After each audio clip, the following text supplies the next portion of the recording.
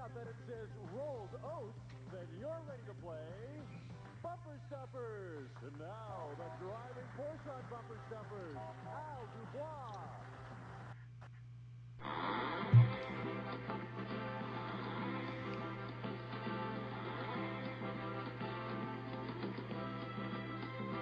Three of these boxes will break the $6,000 bank. Is this one of them? Or is it this one? Or this one? We'll find out in a moment in this game of hide and seek as these 9 celebrities: Abe Vigoda, Alice Ghostley, Joanne Blue, Dick Zodier, Dan Murray, Linda Carter, Liz Torres, Robert Hedges, and Marjo Portner all join us in playing Break the Bank. Hey, KU, what's good, my friend? What kind of mischief are you up to? And that reminds me, I did not start up that one. Thank you very much. Thank you. Welcome to Break the Bank. What kind of mischief is going on, KU? And where have you been?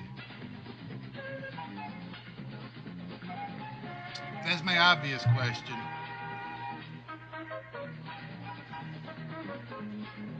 Let's all play What's My Line?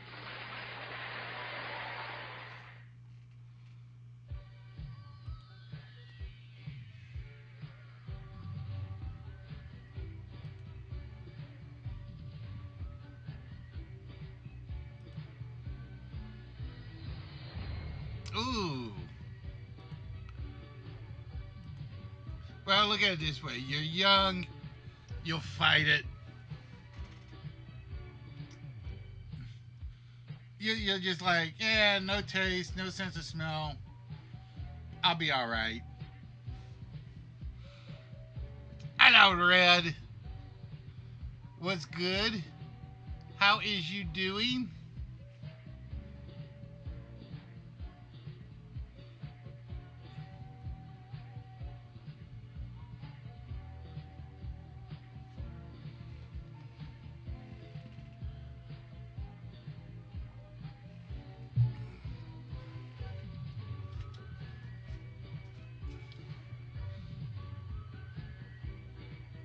Clayton's bros.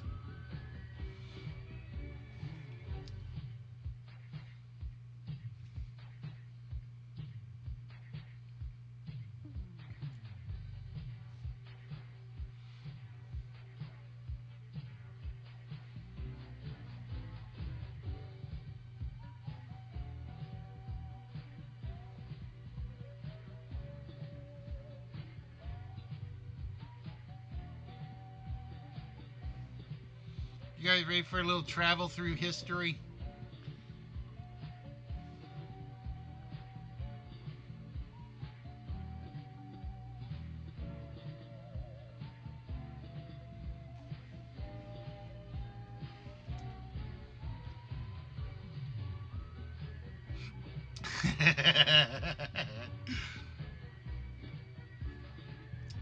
Yeah, we're gonna put KU in one of them big old bubble balls. That's what we're gonna do with him.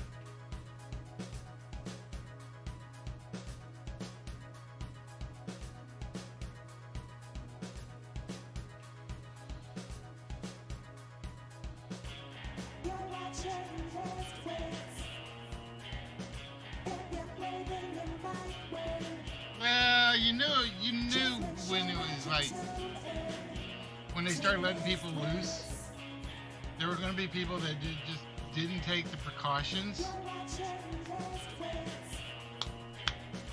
So you kind of knew it was going to come back.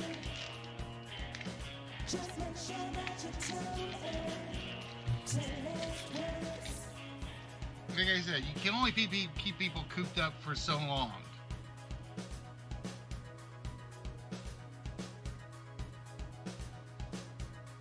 And then they just kind of snap.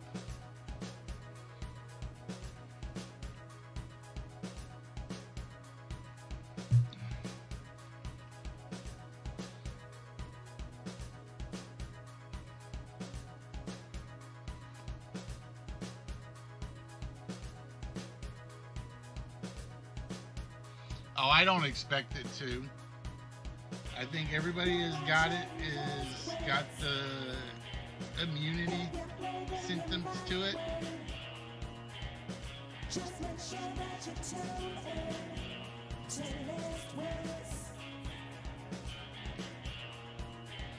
So anything that comes out, any spikes from here on out will be just because there are more tests. You haven't eaten since you... Ooh, dude.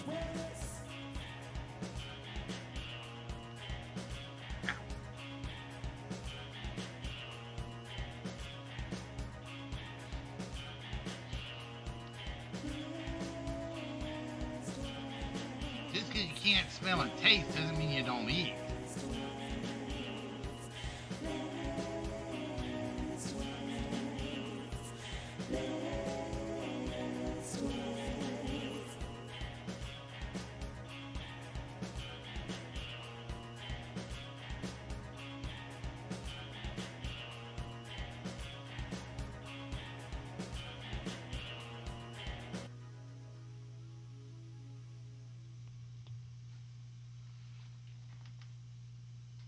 And the camera is on. Good evening, ladies and gentlemen, boys and girls, children of all ages.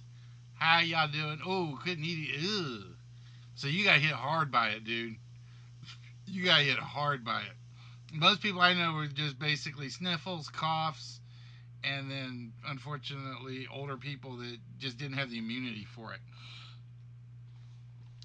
But, ladies and gentlemen, boys and girls, children of all ages, we would like to welcome each and every one of you to the List Twist Game Show.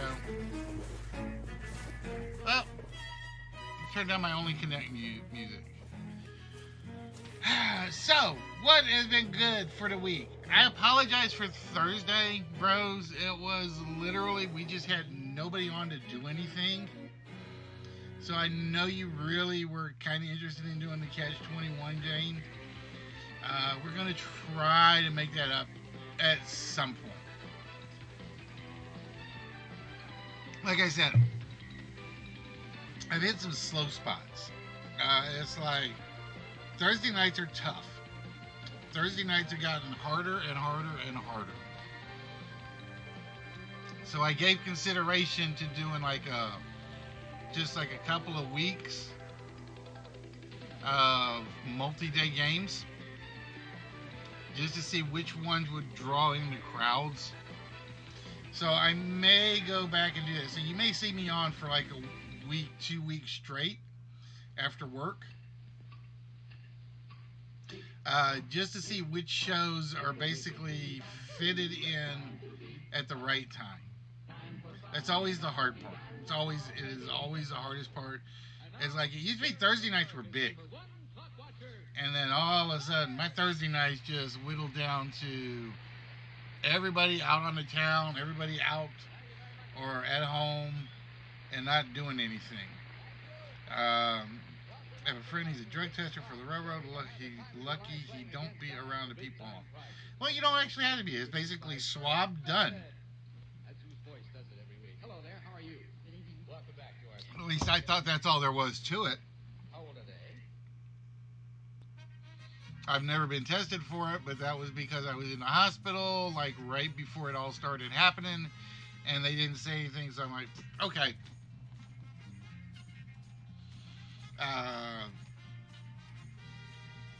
Oh, he's one of those drug testers.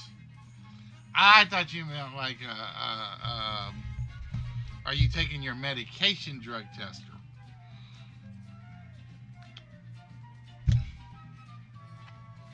See, you got to be more specific around me. I get confused very easily. I get very, very, very confused. So tonight, ladies and gentlemen, we are drinking Blue Chair. And we are mixing it pretty much with just pure apple juice tonight. I did feel like breaking out the Cokes this evening. So I have no idea how good this stuff is. It's kind of like average. But it's not a drink from the bottle sort of thing. Yeah, more Atlantic than Pacific. I'm always more Atlantic than Pacific. Now, the good news is I get to go shopping tomorrow. I get to go out. I am going to the toy show. They've got some limitations in. It's like basically 250 people in at a time, max. And as you leave, you have to get counted out as you leave in case you come back in, which I always do.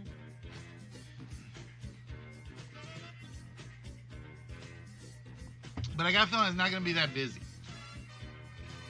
I got this feeling it's not going to be that busy tomorrow. So hopefully I'll get some good deals in. And then we can restock some of the holes. I think the other thing is like I'm like reluctant to put certain prizes out, and I shouldn't be. I should not be as reluctant as I am. You're going to Niagara. Why are you going to Niagara? You gonna go jump in the barrel for us, bros? All right, somebody get the camera ready. Bros is going over Niagara Falls in a barrel. You heard it here first. Breaking news. I need a breaking news button. Just breaking news across the screen. Bros is in a barrel. Bros is over the falls. Bros is smash it up. Bros is in lots of pieces. I don't know if we can put Bros back together again. No, see, the funny thing was, last time we had gone to Niagara was our honeymoon, and I had bought Cuban cigars, because at the time we couldn't get them here. Coming back across the border, they said, you got anything to declare? I didn't even think about them. Like, nope. We're back from honeymoon, nothing to declare, drove right on through. Right after I got through, I reached down in my door, my thing is like, oops, I forgot those.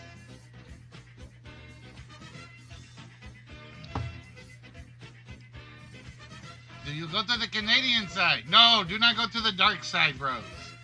That is the dark side. That is the evil side. Where's the holy water? We got to spray walrus now with the holy water. All right, guys. I've been chit-chatting long enough, I think. It is time to get things started. And for those of you that have been here on a regular basis, you know exactly how we get things started. As we start things off with the list. And I'm trying to get rid of my Windows things. It burns. It burns. Ooh, okay. I did not expect this one to come up anytime soon. So, ladies and gentlemen, for our first list of the evening, I'm going with the family, so I don't know. Oh, basically, you're going to hit all the touristy spots. Go to, and I know Red can correct me if I'm wrong, Toronto has their own underground. It's actually pretty cool. I'm still mad at myself when I went to Montreal. I didn't get to go to the underground because I basically spent all my time in Montreal, in residential Montreal, just roaming the streets. And I got so mad at myself. Everybody's like, oh, you should have been to the underground. It was great. It was fantastic. It's like, nobody invited me along. I was like, wait, I want to go. was like, too late. It'd be just 2 days. Let me think. It has been so long since I have been there. There's the garden, the falls, the other falls, the underground, the CN Tower, and I'm forgetting something else. But no, go to all the places like people don't go to. That's all I'm going to say, bros. Make it like we want to go to this great little place I've read about online that is like one of the secrets. And then come back with lots of pictures and trophies and Canadian heads. Don't you need a passport to cross to Canadian? Yes, you do. Yes, you do need a passport nowadays. I know I gotta get mine renewed as well. Patience, KU, I haven't started it yet. Be patient, my friend.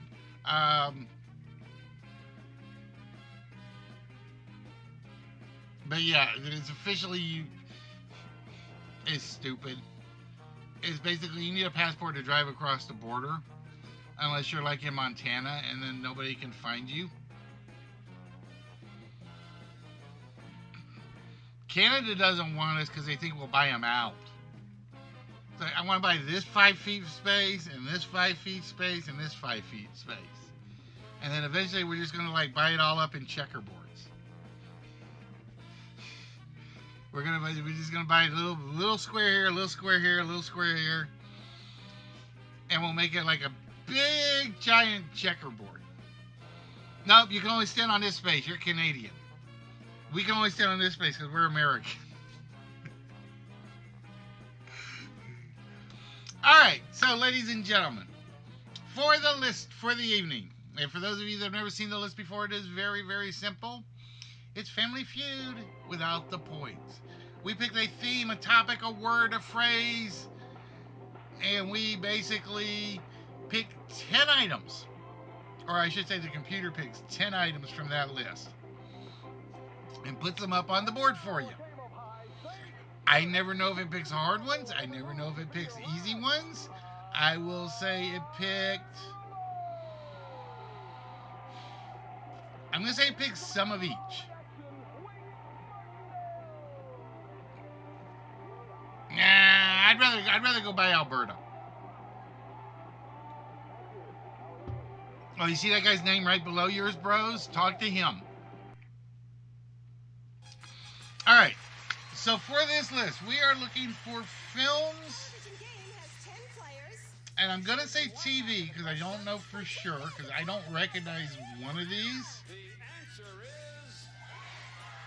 Where Steven Spielberg was listed as either a producer, a director, or an executive producer, which means basically he had nothing to do with the film. They just put his name on it. That's how executive producers work. So with that, ladies and gentlemen, the list starts now. And tonight, ladies and gentlemen, we are going to do the main part of History IQ / Time Machine. This is one of my favorite games I ever put together just because what it is like. It's not a lot of questions. It is a lot of news headlines and fake news headlines.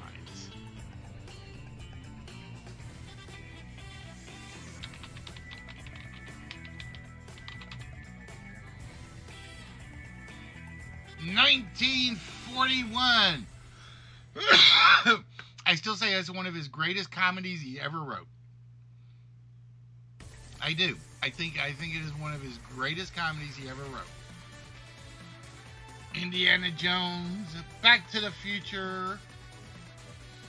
I will say there is one movie you will have to be specific on. So, just as an example, Red said Back to the Future. That is Back to the Future. That does not include Back to the Future 2.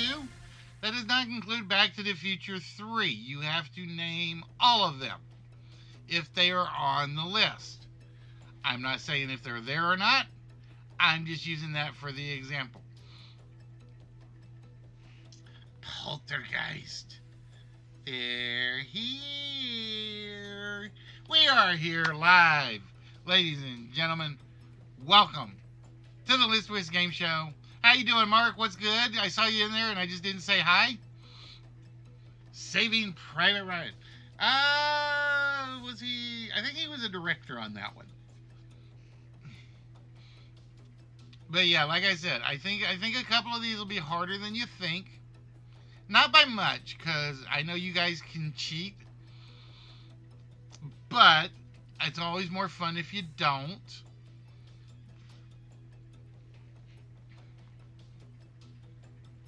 AI, Indiana Jones and the Last Crusade.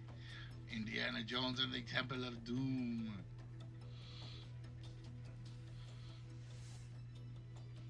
So there's definitely one movie on this list you are going to have to be specific on. I will tell you that right now. Popeye, Indiana Jones and the Raiders of the Lost Ark. So yeah, so like I said, guys, tomorrow, providing nothing goes wrong at the last minute, which has been known to happen. It was like one day I was all ready to go, and I flushed the toilet, and the toilet just backlogged, and it was like, well, there goes my trip. So I'm hoping. So I know what Bros tells me. Bros is always like anything, everything. What am I looking for tomorrow when I go toy shopping? You guys want different types of smalls? You want more larges? More pops, which I do have to get some more pops for the prize pile because they're almost out. I'm almost out of Star Trek large figures. I still got a ton of small figures.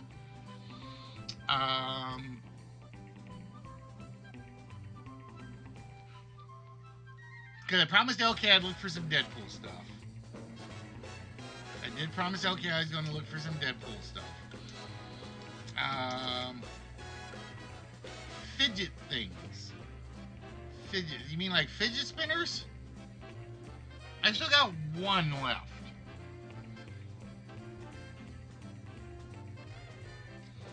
But I was thinking, like, I need a variety of the smalls. But I don't know what I'm going to be looking for in terms of smalls. Because these guys always do Hot Wheels and more Hot Wheels and more Hot Wheels. Spinners, cubes, brain teaser pose. Okay. I can look for those. I'm trying to think of which guy will have them if he's there. Back corner or my rescue team.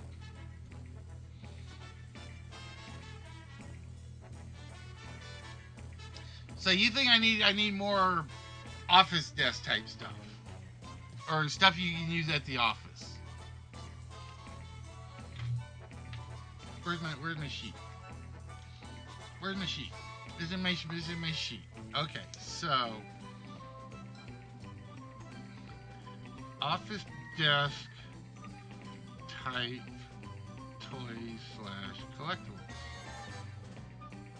So like the mini golf, things you use in the office. Okay. The strippers this big price. I can't afford those, bros.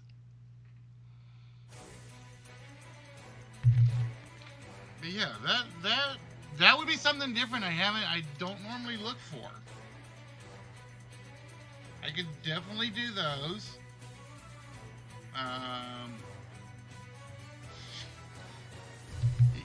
Yeah, I was going to say, bros, if we did that, we'd have to talk to your railroad guy as soon as we were done.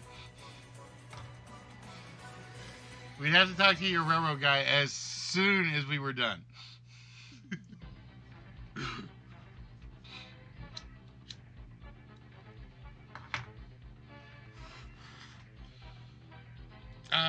Let me think. All right, so off the bat, we got office desk items,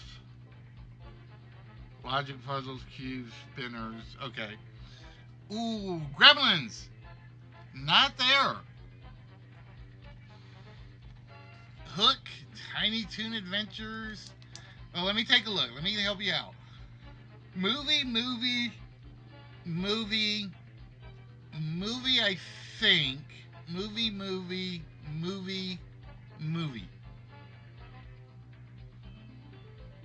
So I think these are all movies for Spielberg. For Spielberg. There's one I don't know. It had his name on it, but I have never seen it.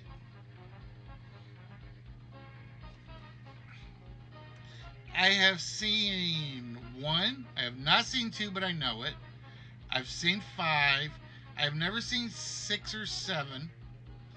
I've seen 8, seen 9, and 10 I have no clue on. Ooh, pardon me.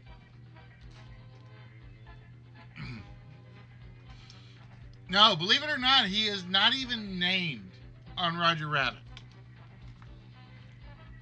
I thought he was named as a director on Roger Rabbit. His name's not on the credits.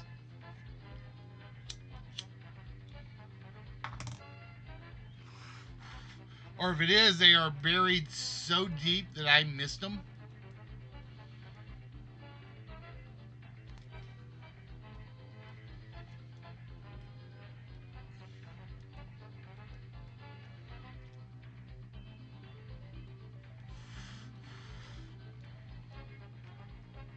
But yeah, I would have swore Who Framed Roger Rabbit was a Spielberg film. His name's not even attached to it.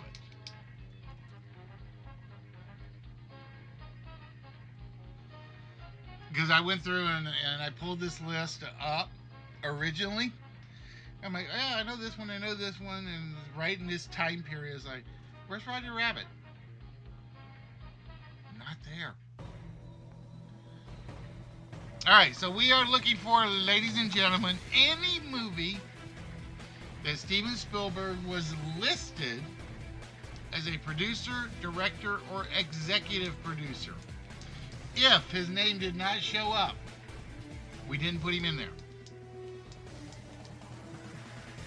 And again, I've got one movie on here you have to be specific on. I need the subtitle. Fail to give me the subtitle, and you don't get credit for it. Hey, DJ, how are you doing, my friend? What is good? What kind of mischief are you up to tonight? What's your plans for the rest of this weekend? Gremlins 2, the new batch. Transformers, Dark of the Moon. Is Dark Side of the Moon, Red. Get it right.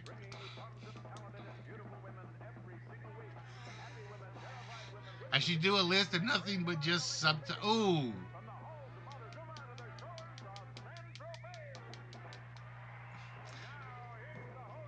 I see. I don't think that would work for reel to reel, though, because you're going to know the movie when you see the clip.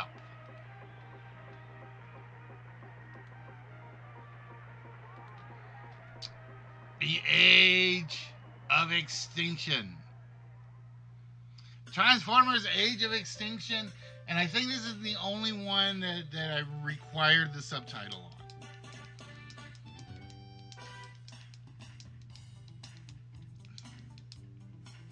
I think everything else is main titled. It'd be interesting if I could do a reel-to-reel where I show a clip from a movie and then ask the trivia question, what's the tagline of the following? Ooh.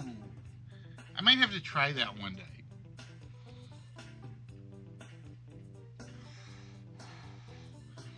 I might have to try that one day for reel to reel. We'll show you the movie. You have to give me the subtitle for the next movie in the series.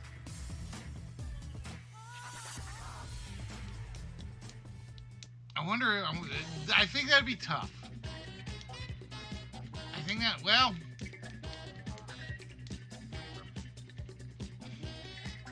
I'm trying to think of how tough that would be. I'm just trying to think of movies off the top of my head. Because there are a bunch that don't have secondary titles.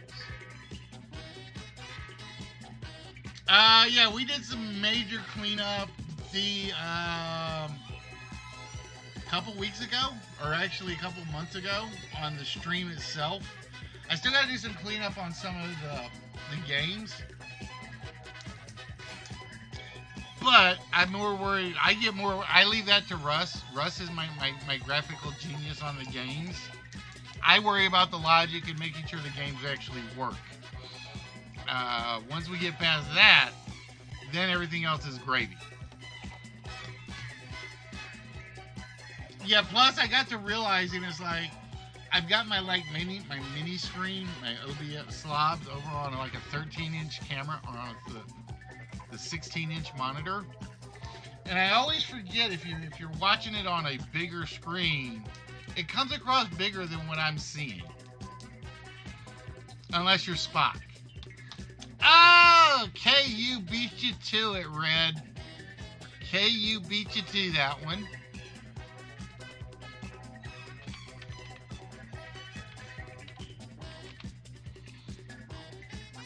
As Run! Minority Report.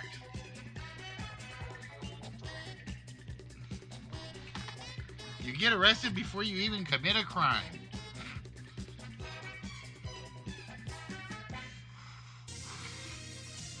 Ready Player One is actually, I think, in the file, because I didn't know that was a Spielberg one until I looked at the list and was like, yep, that's going in there. I did not know that was a Spielberg one. I think he's an executive producer on that one. He didn't have a lot to do with the filming. He just he put a little bit. See, I found out that's how you make executive producer.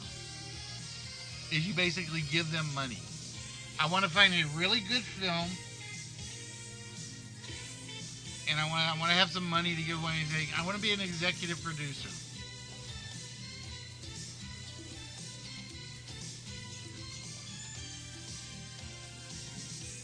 Oh, I love the movie. The series, no.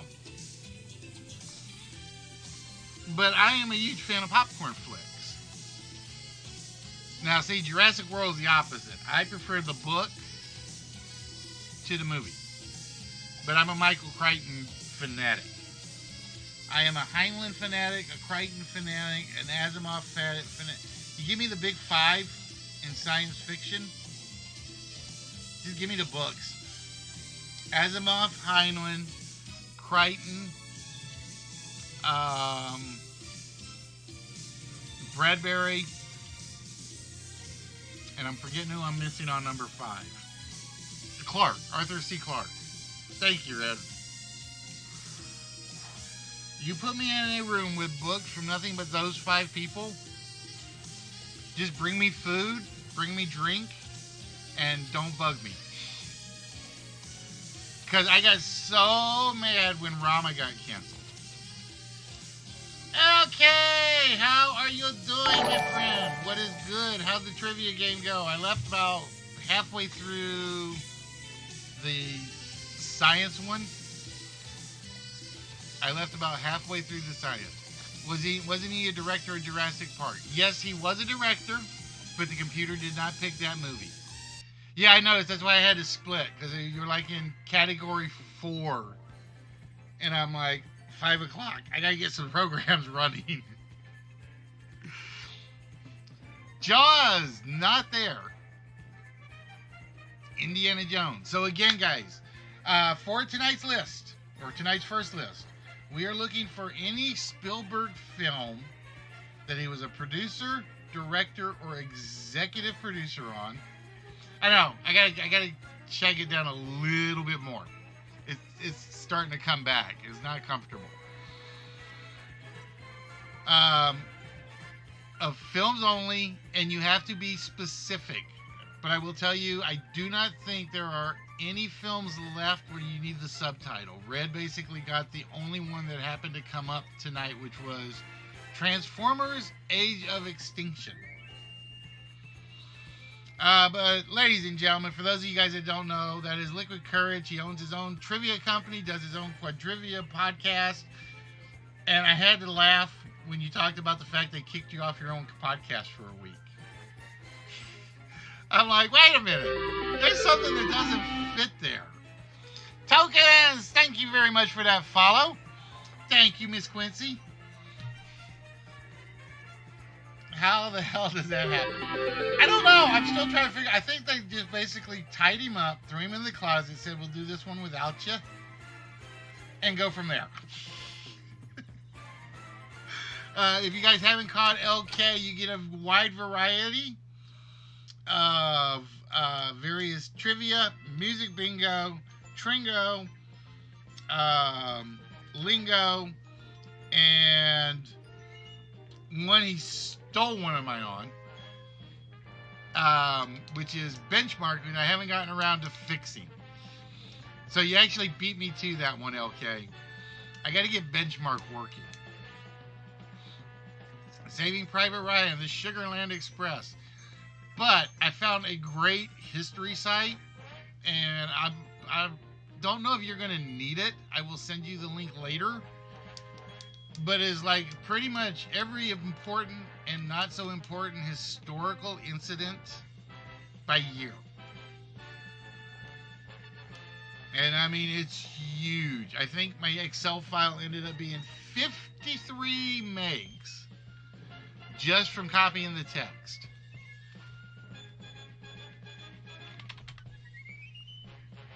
War of the Worlds. Why does Spielberg have a love thing for Tom Cruise? I don't know. Men in Black. Casper, not there. Yeah, like I said, I still say they tied him up, threw him in the closet. And that's the thumping sound you'll hear during the podcast. Anyway, so like I said, tonight we are drinking.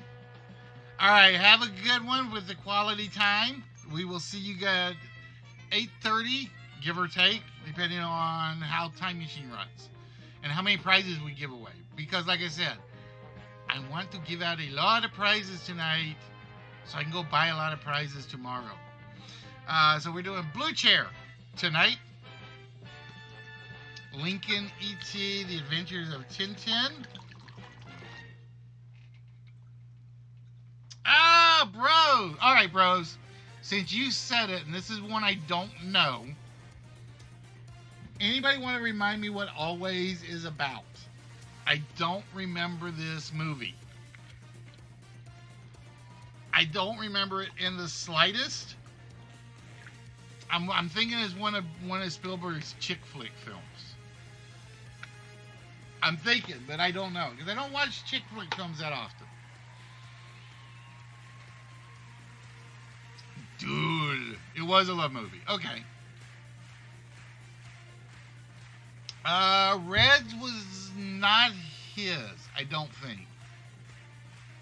Chris Christopherson is a goat. Oh, okay. See, I don't remember that one.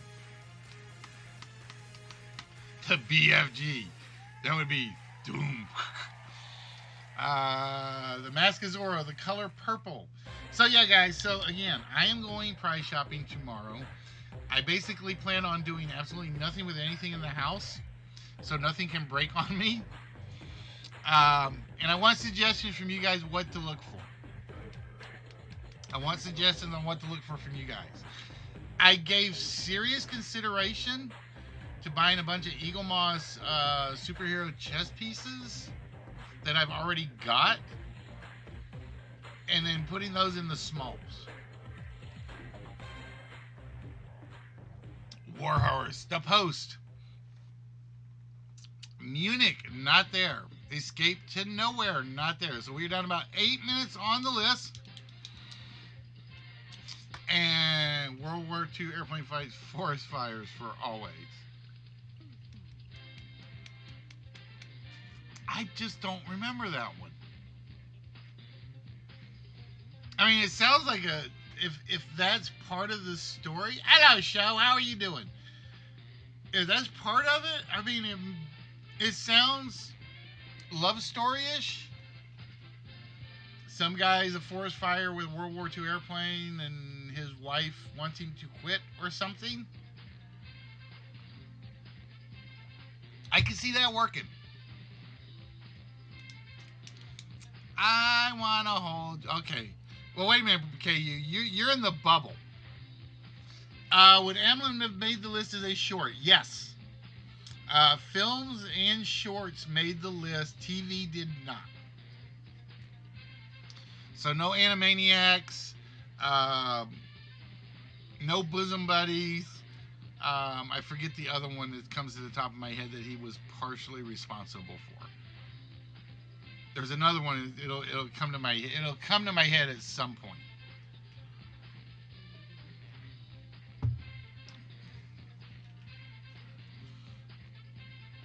Sure, just as I wrote it. Yep, just as you wrote it, show. The Money Pit. I still say that is an underappreciated genius film. Just because you kind of learn after you buy a place, yeah, it turns into a money pit. The funny thing is, my boss was talking about selling his place, and then one of my coworkers says, don't sell it, just rebuild it and make it a property rental. And it's like, okay. Yes, he was an executive producer for I Want to Hold Your Hand.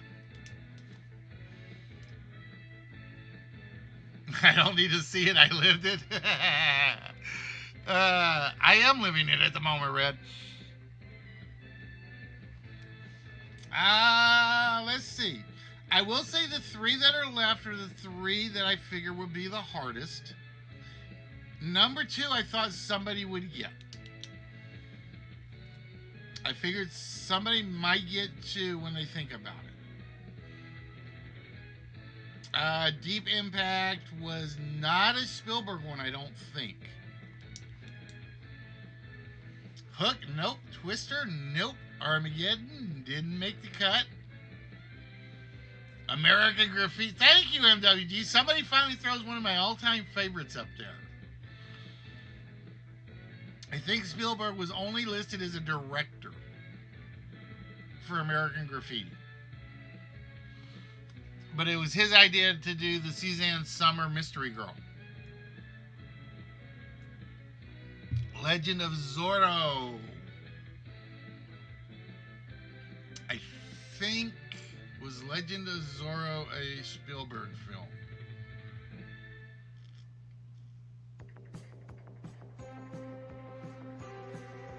I'm trying to think, because I don't have the list in front of me.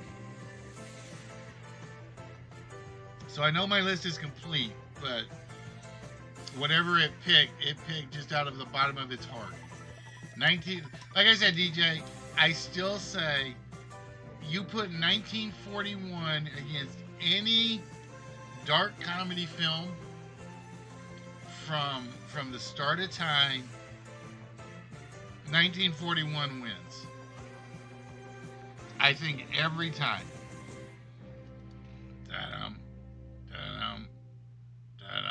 And the girl goes up on the periscope. It's like priceless. That is the greatest start to a black comedy that there ever will be. And I've stole trivia questions out of that movie. Like the Zoot Suit questions of all. Every time I mention a Zoot Suit, that's the first thing that comes to mind is 1941. Anytime I do a World War II history question about Japanese off the California coast, what's the first thing that comes to mind? 1941. Vanilla Sky, not there. But ladies and gentlemen, for those of you that are here, welcome to the list tonight. And the first list of the evening, we are looking for Steven Spielberg produced, directed, or executive produced films. They had to have his name on them. If they did not have his name, if he was like a silent person, I didn't count him. And I know there's like 2 or 3 big ones that are like that. I just can't remember off the top of my head. Get hit in the groin by a football. I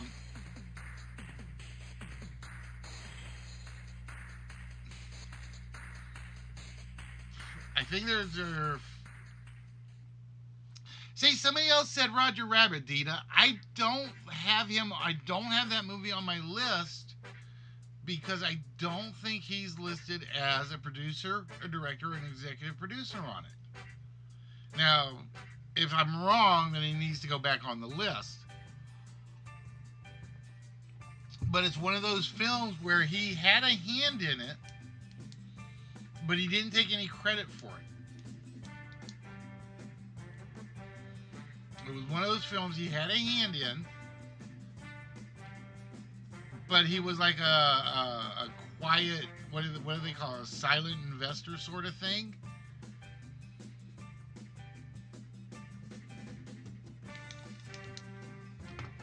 And like I said, it surprised me considering how big it was. An American Tale, not there. So yeah, I will say number 7, number 10, I think are the 2 hard ones that are left. Number 2, let me look something up because I want to give you guys, I don't know if I want to give you guys a hint on this or not.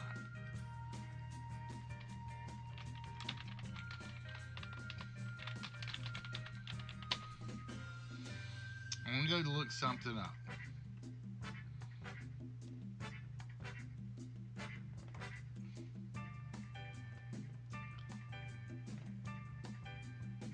Oh, one of my big names was not in that one. Okay.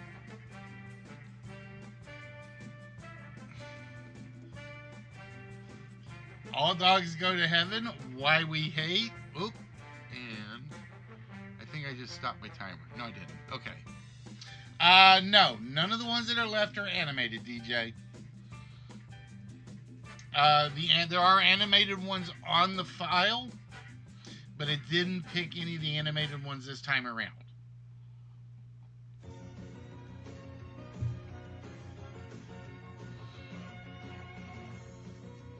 I will say, I think number 2 is one of the most beautiful films he's ever done. But then he does Schindler's List and is like, okay, wait a minute, which one do I like better? Visually. I don't think 10 is animated. Let me look.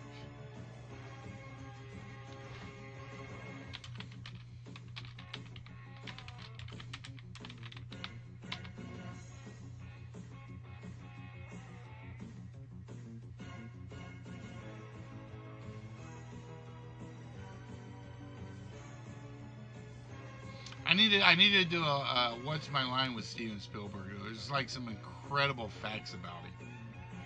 There are like some majorly incredible facts about Spielberg. It's like he did certain films to thank his father, and then he did certain films to spite his father.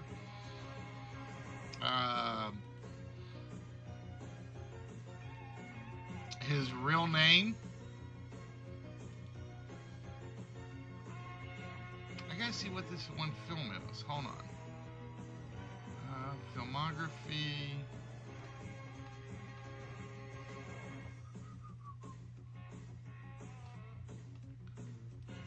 Where is it? That's a good question.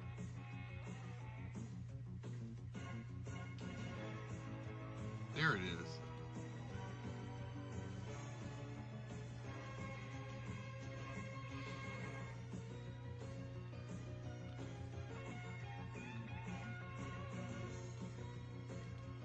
Daddy Issues.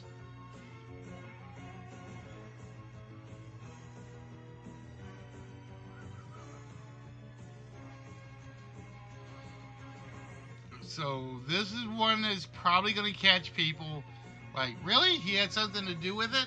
It was like, yep, he had something to do with it. In addition, folks, do not forget the 4-letter word right here from top. I can't reach high enough, damn it. I think I got to shrink it so I can point to it. Top to bottom, if you get the 4-letter word, you get a shot at the vault. And the vault is very simple. 4-digit combination. Every correct answer removes one incorrect number from the vault combination locks. And we slowly whittle it down to get to our super prize.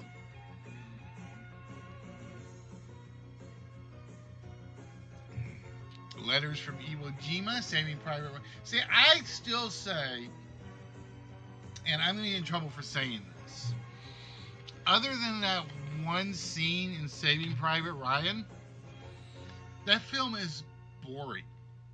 It's ordinary. It's just there.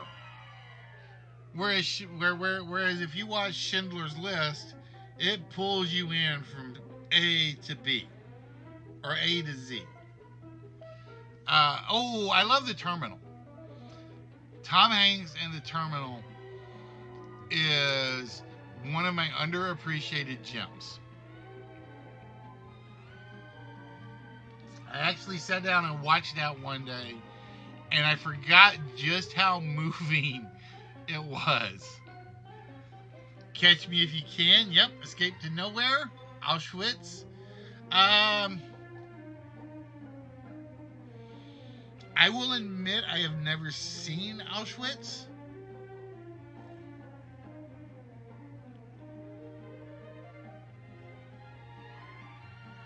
But it's on a kind of to-do list. All right, ladies and gentlemen, we have hit the timer. I had to watch it in woodshop class. All right, so the 3 that were not gotten.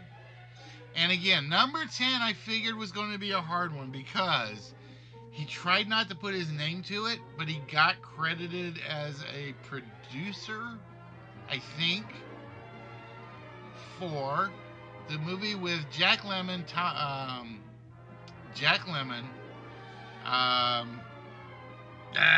Ted Danson, just Dad. Is not one of the greats. It is not one of the greats. Now, 2 and 7 I have not seen, and I really, really want to. Number 7 was The Last Gun.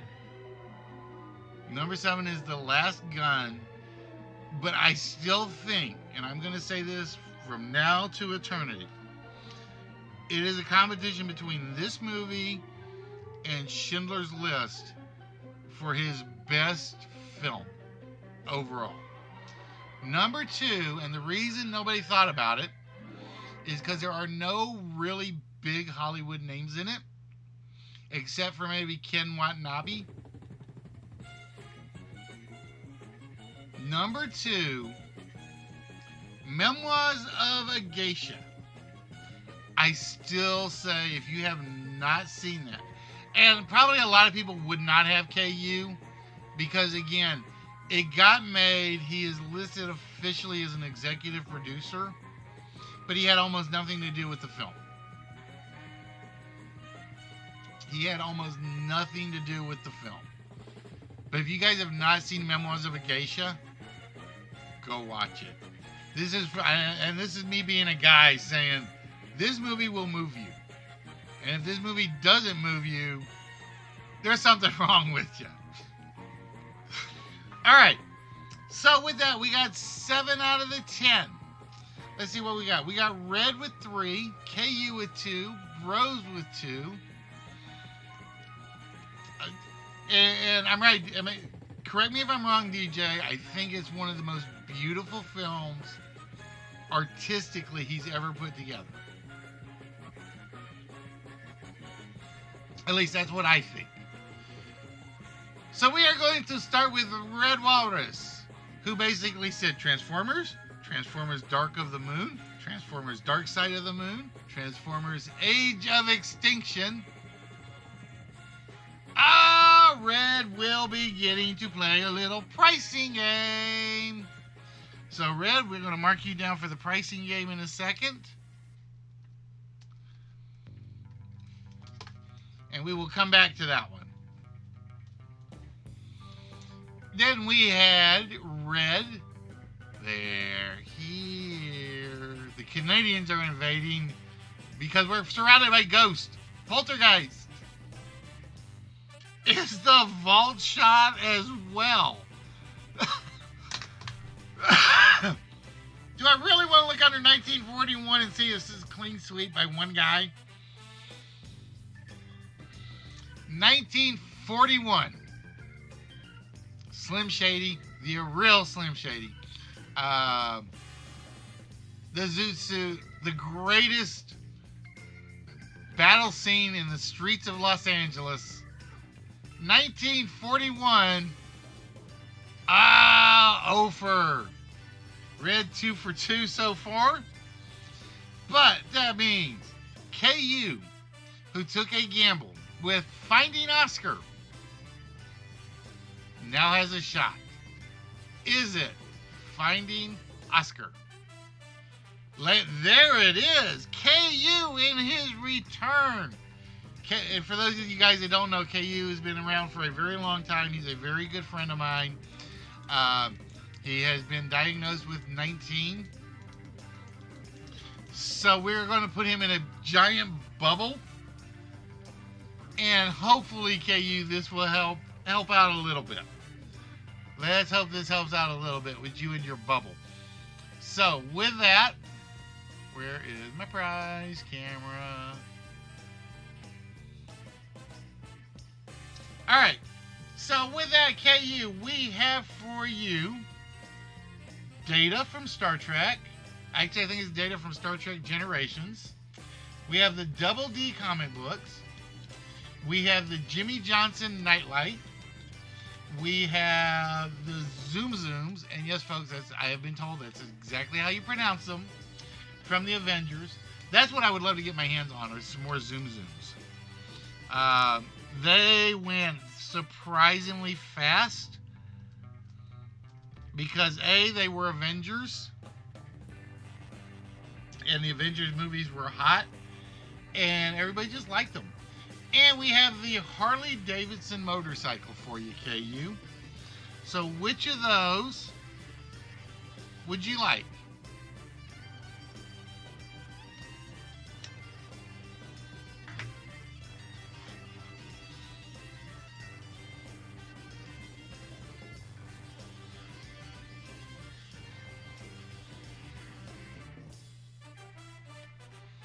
So again, we have data. We have the Double D comic books. And again, I don't know what's in them anymore. It's got like DL and DH written on them. We have the Jimmy Johnson Nightlight. The Zoom Zooms for the Avengers. Black Widow, Captain America, and Thanos. Ow! By the way, I'm going to ask, who the hell was stupid enough to make a Thanos chatbot script? For those of you guys that don't know,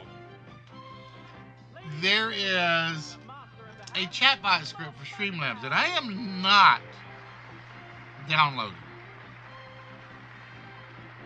Where you literally do a exclamation snap and it kicks half the channel out. Why would you do that? I mean, okay, it might be fun once if everybody knows what is coming. Ooh. I could go look. See if I can find it. Because I know I've got a good NASCAR store near me. I'll go check and see. All right, so the Harley Davidson is officially yours, KU. I'm just too lazy to get up and move it right now. All right, so with that, we're going to close out the list. do not save the list because we got to go open up Red's vault shot. And one thing I have learned is there are certain things I have to open up outside of normal routine. So bear with.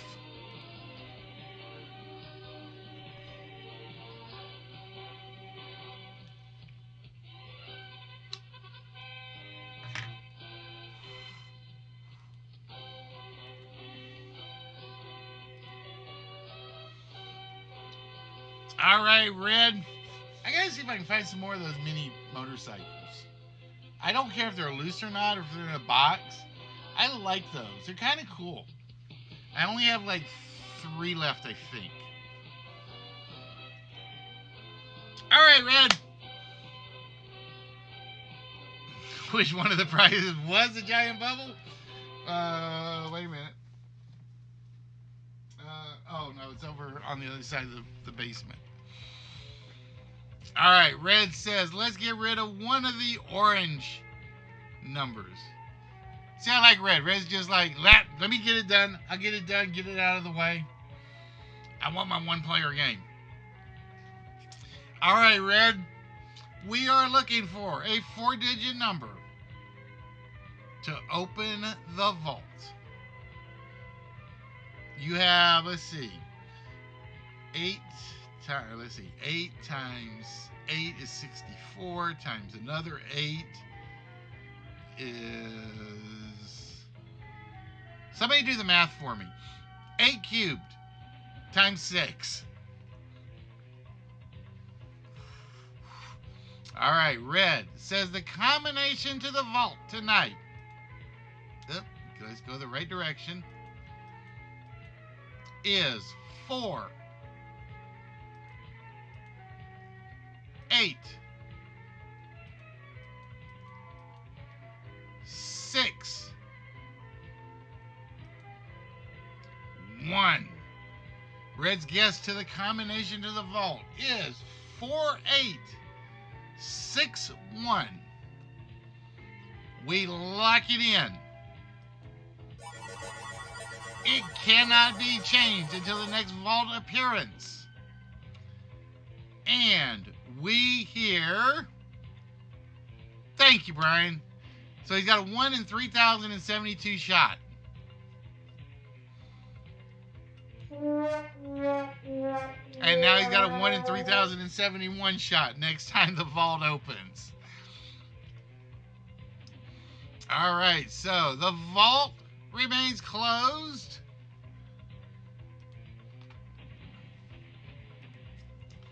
And we go get Red.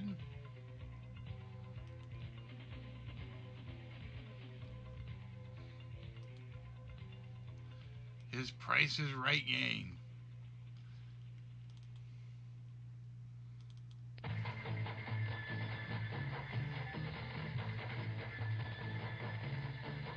And you know the funny thing? It doesn't bug me that the 4-letter word takes over the Price is Right one. It's like, there's a puzzle, folks, for everybody to try to answer. Eons, Pony, Tony. And for those of you that don't know, the bots will catch the correct word when it is spoken, providing I have the command on, which I should.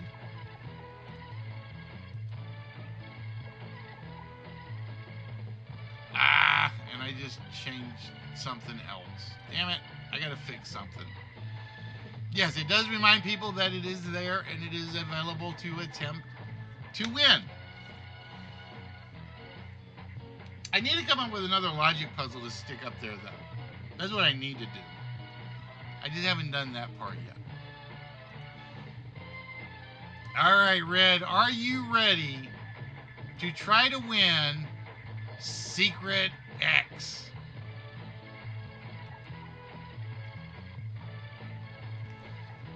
All right, Secret X is very simple. It is tic-tac-toe, either across the board or diagonally across the board. Red, we are going to give you 1 free X to put on the board. Oh, I got to resize it. There we go. So, Red, where would you like us to put your first X on the board?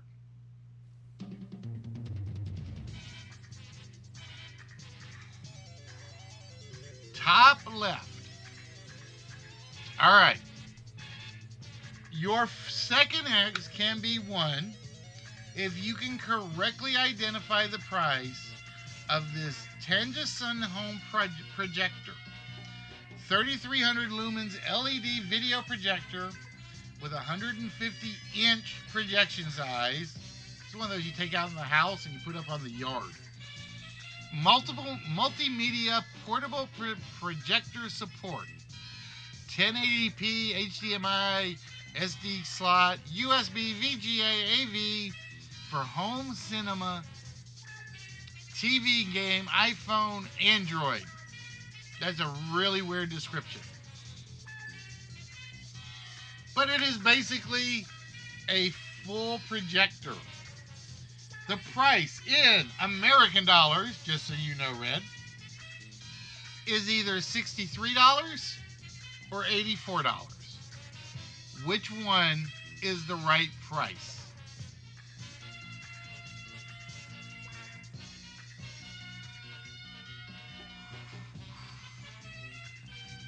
He says it's $84.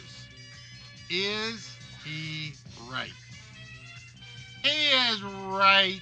And with that, Red, you get to put a second X on the board.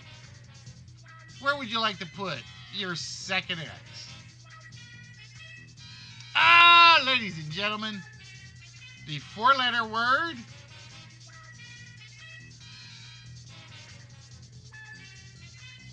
all right, come on, give me my word. Has just been found, and I don't have my turn off function.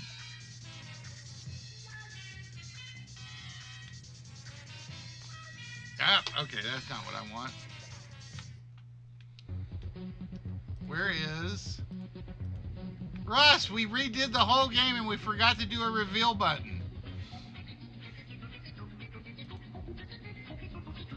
We forgot to put in a reveal button. I don't believe it. It is coin. We had Scar, Oust, Tie, and Pans. And yes, folks, tie counts. In my dictionary, foreign words do count. Even capital words count, Mark. I've always included capital words for names.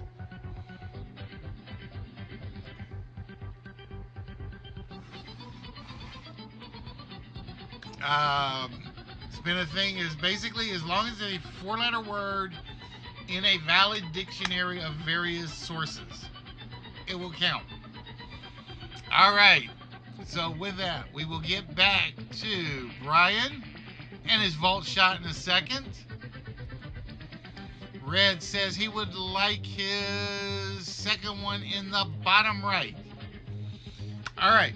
This is just for the streamers out there.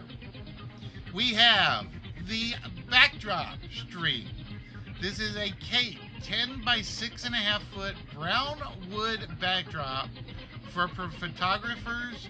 It is retro wood wall background, cotton cloth, and seamless. So it's more for photography, but you know. Red, is the price $68 or $54 American? Red says it is a $54 backdrop. Is he right? He is right, and that means Red gets to put another X on the board. So, Red, would you like to put it in the upper left or upper right or the lower left? I know you got to go with one of the two.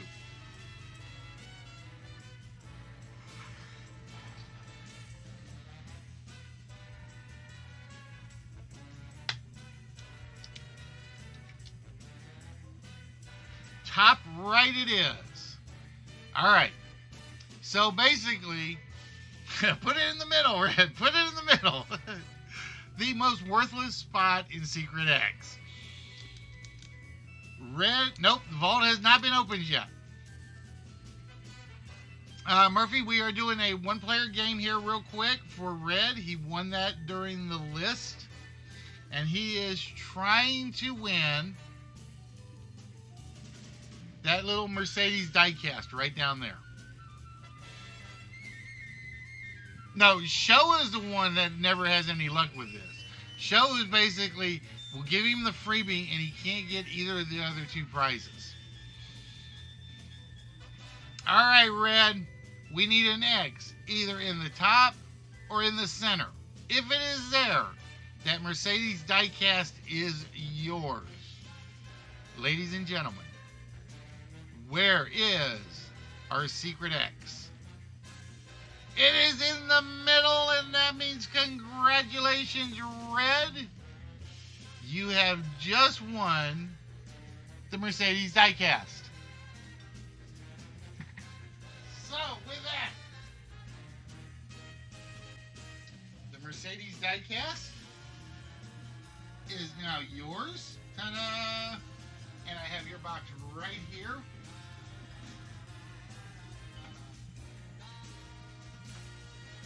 I'm going to just put that in there for now for safety's sake. And I'm going to take KU's motorcycle, because KU actually won the Harley Davidson.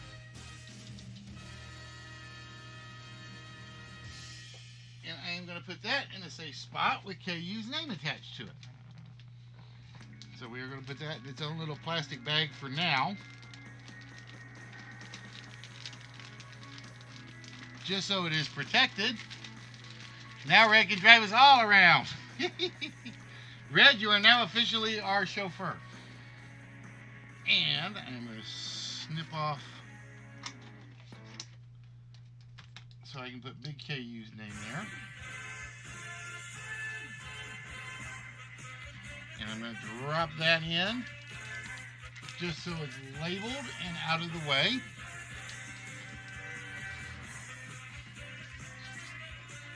And I got more plastic bags falling all over the place. You're going to start getting cars like that? I got to pull one out now and put it up there is what I got to do. All right, so with that, we now turn our attention over to Brian. We do not save that one.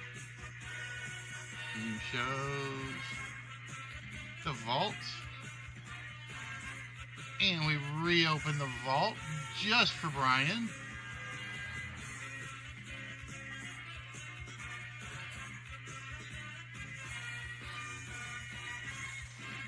All right, Brian. So with that, my friend. Yep, KU has to be in a hazmat suit. We need you to pick one of the 4 dials that we are going to remove an incorrect number from.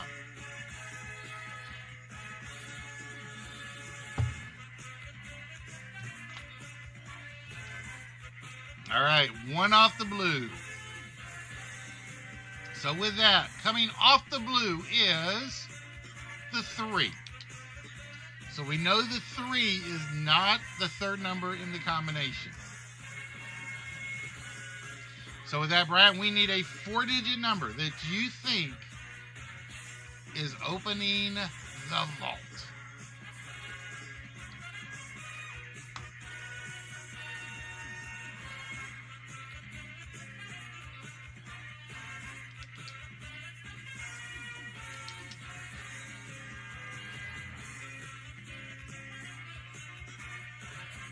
You go with your address number, okay?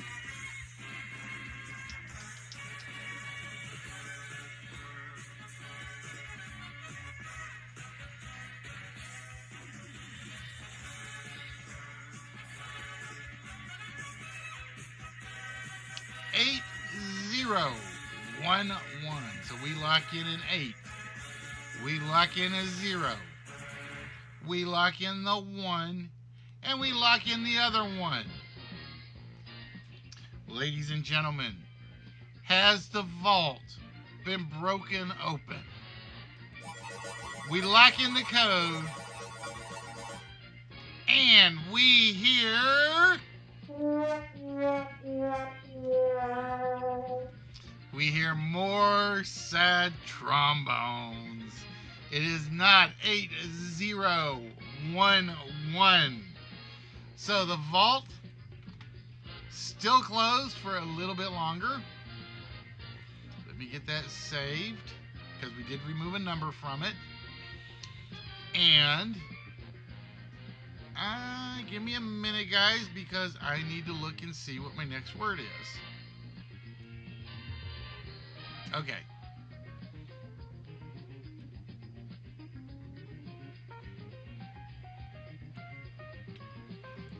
Your address is too lucky.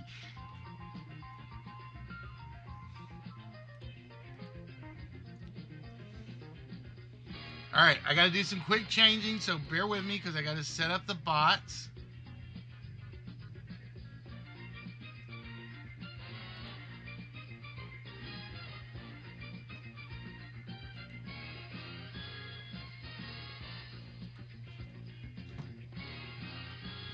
Oh, I screwed something up. I did not want that word. Give me a minute. Give me a minute. Give me a minute. Give me a minute. I did not want that one. That is not the one I was looking for. That is the one I'm looking for.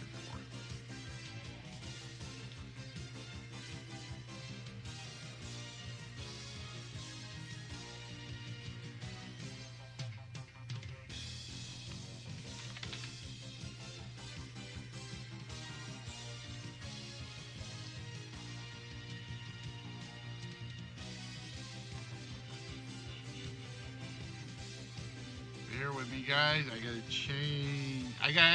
I literally have to change this in like 3 locations.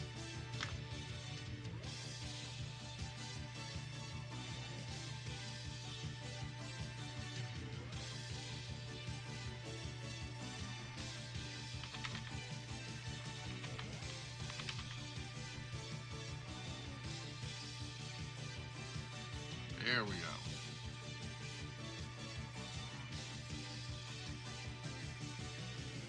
So we now have a new 4-letter word. No, it's because I have 3 bots. I have the Streamlabs chat bot, I have the Restream bot, and I have the DLive bot. So it's one of those where I just actually have to go change it in 3 spots. All right. Murphy, we are getting ready to play Time Machine if you are interested. But before we do that, I always run 1 intermission. So,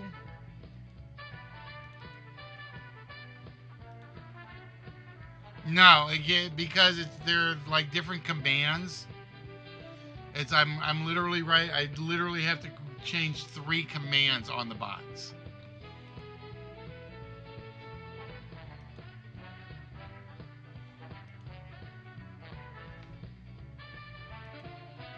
So tonight, ladies and gentlemen, we will be doing Time Machine, and it is designed as a 4-player game, but I do have,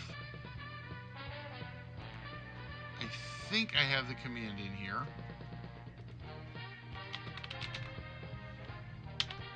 Let me see if it's in there or not. I think I may not have finished it. Oh, I did not actually finish the command. Damn it. Alright, give me a minute. Because I do have to go. This is one reason I run the intermission, is because I have to go grab some stuff from another site.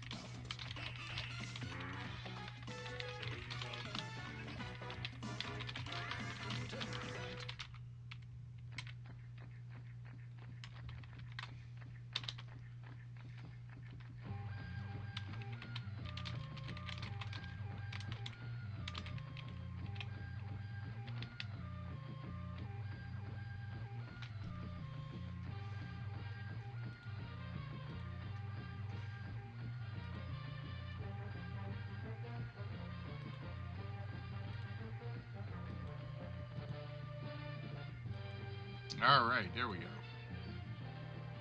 Cancel that. Submit that.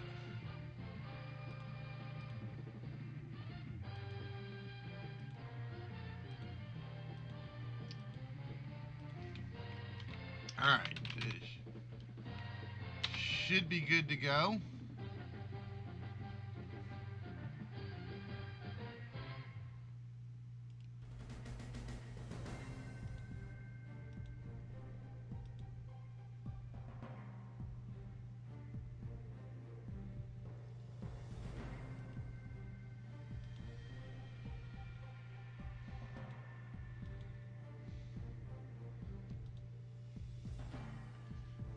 And I forgot to resize this thing.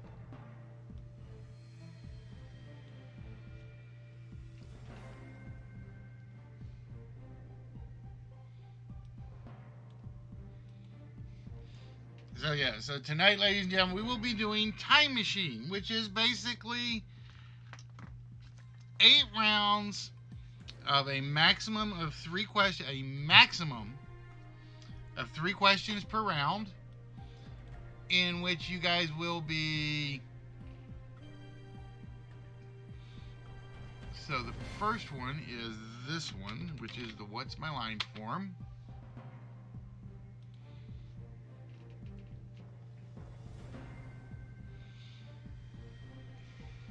And like I said, this is just basically my intermission bit.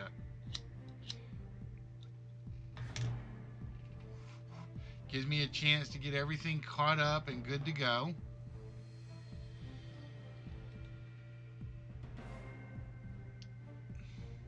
Don't save that one.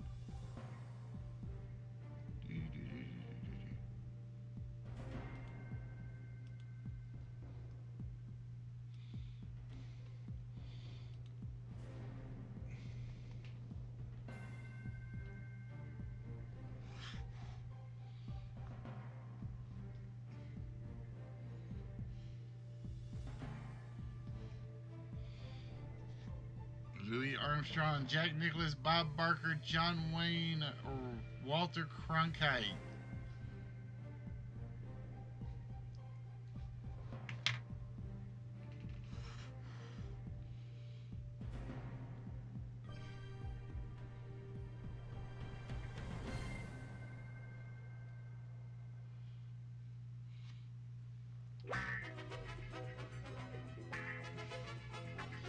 And I have my first correct one.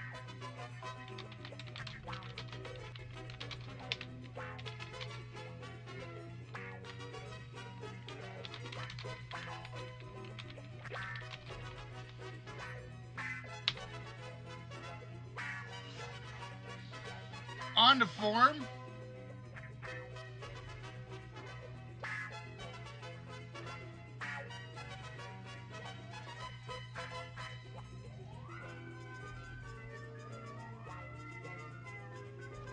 Marcel Cerdan.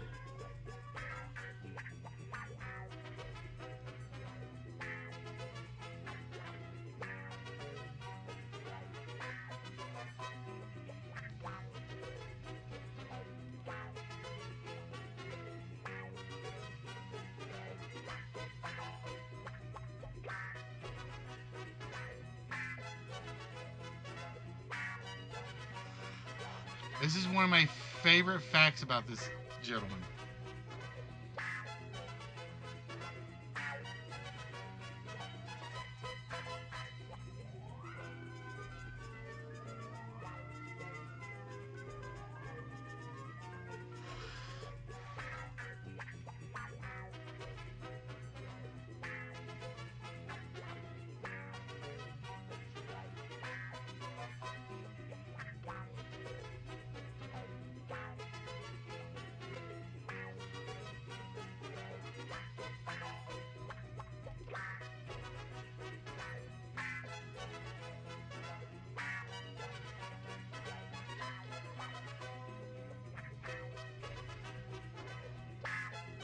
Nope, Arnie never played against Tiger.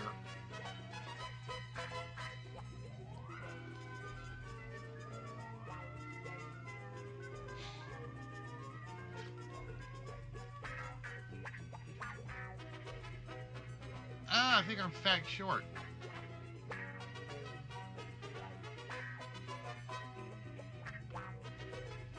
I think my file is fact short because it's doing the last one over.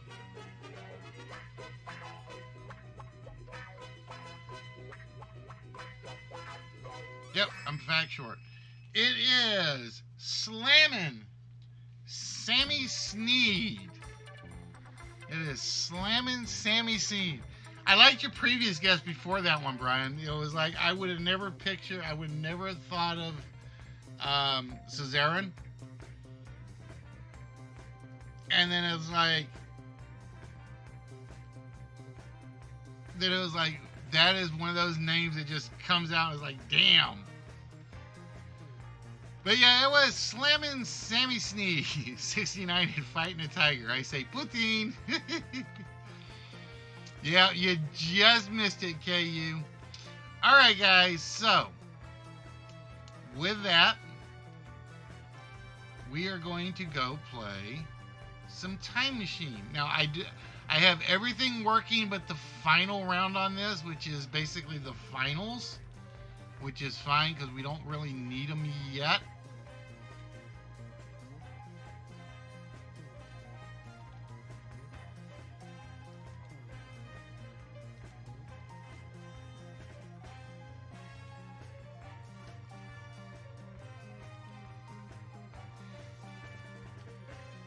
But I am looking to start with, 4 players that are interested in trying to compete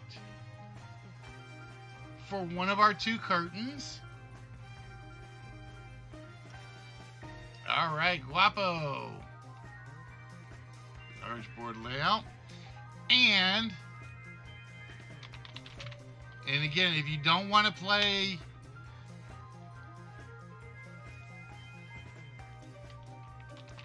for the prize, you can actually play for whammies.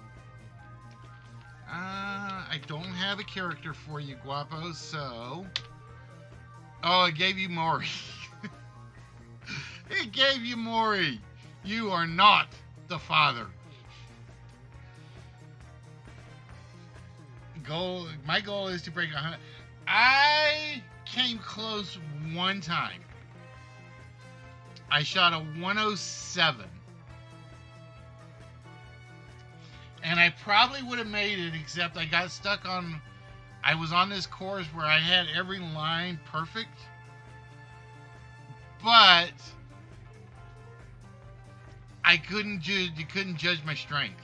So it was like every ball was like going over the hole.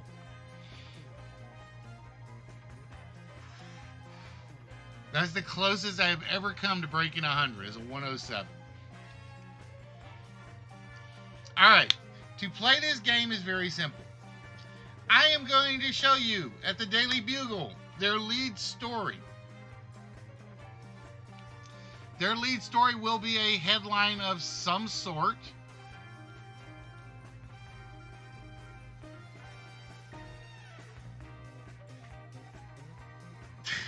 I did that once.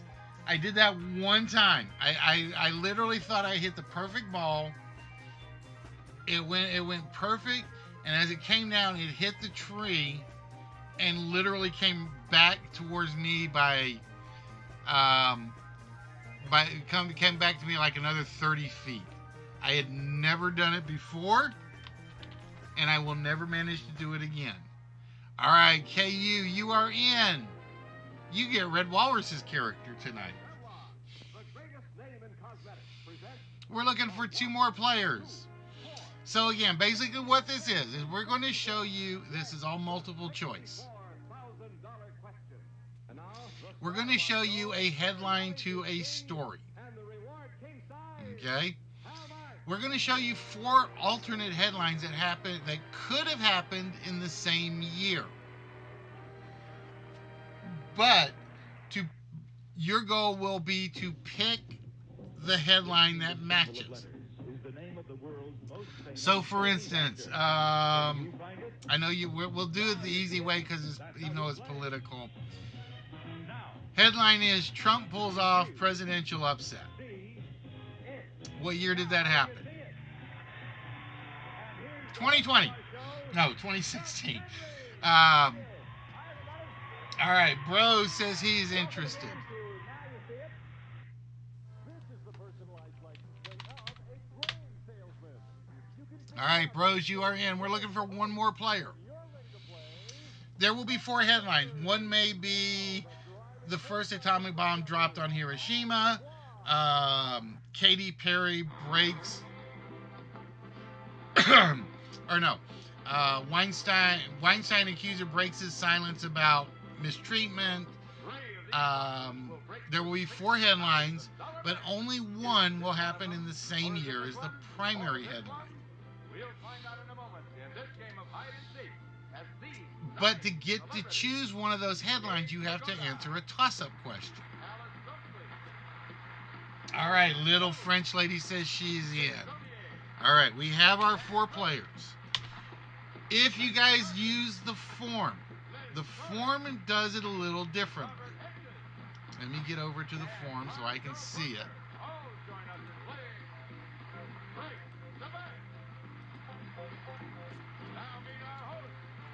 The form will let you choose the headline to start with.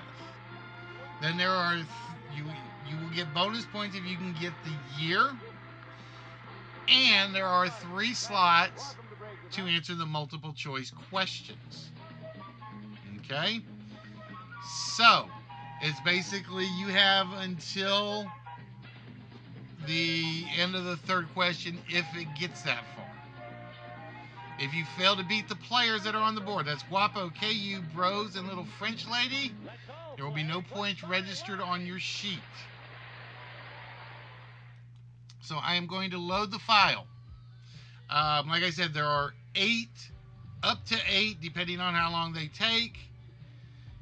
Headlines, 8 sets of questions.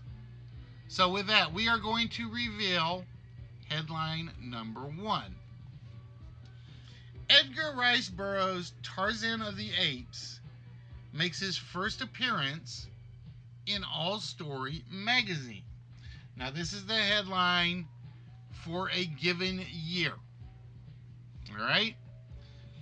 What we are going to do is we're going to show you 4 alternate headlines. One, and only one, happened in the same year this happened.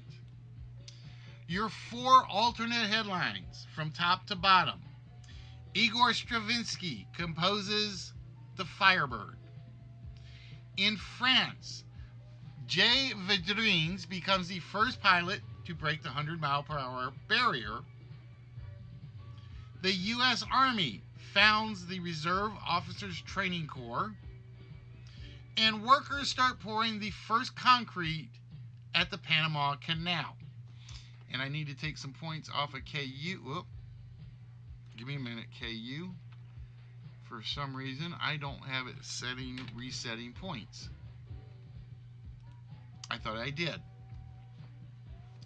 Now, you will be able to pick one of those headlines if and only if you get one of the toss-up questions. Okay?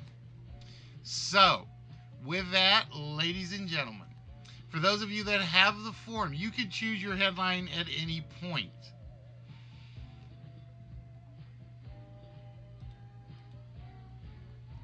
Toss-up question number 1 for our 4 players.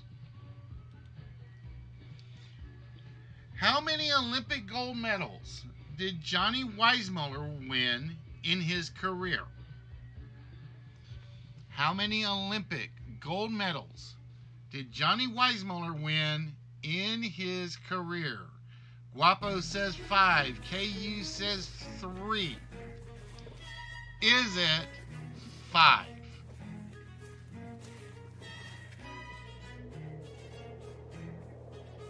It is indeed 5. So, Guapo, you will have first choice of the headlines when we come back to them. Okay?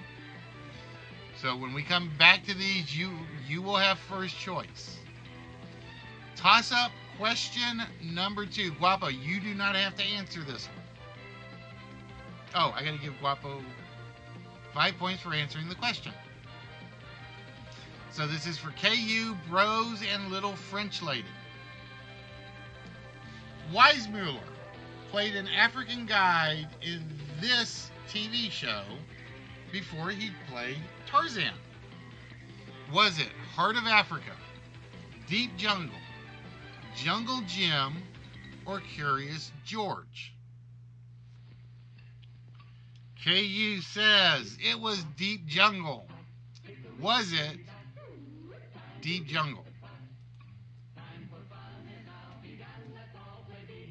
No, it is not Deep Jungle. So Bros and Little French Lady. Little French Lady says Heart of Africa. Was it the Heart of Africa? No, it was not. Bros says it's Jungle Jim. Is he right? Welcome back to our show. I hope we get a chance to meet them after the show. How old are they? It is Jungle Jim. So, Bros, you will have second choice of those headlines. Guapo will have first choice. Bros will have second. That means the third question is between KU and Little French Lady. What was the exact name of the first movie in which Weissmuller played Tarzan? What was the exact name of the first movie in which Weissmuller played Tarzan? And I just realized what's wrong with my form.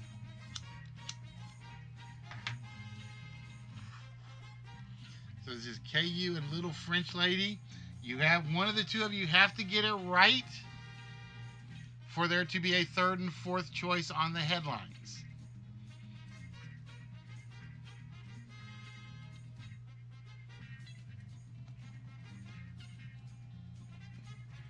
And you will notice when we do these, the three questions are related in some way, shape, or form. KU says it was Tarzan the Ape Man. Is he right?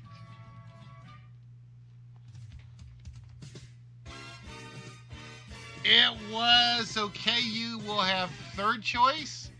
That means I got to give Guapo 20, 15, 10. And Little French Lady does not score. All right, so Guapo.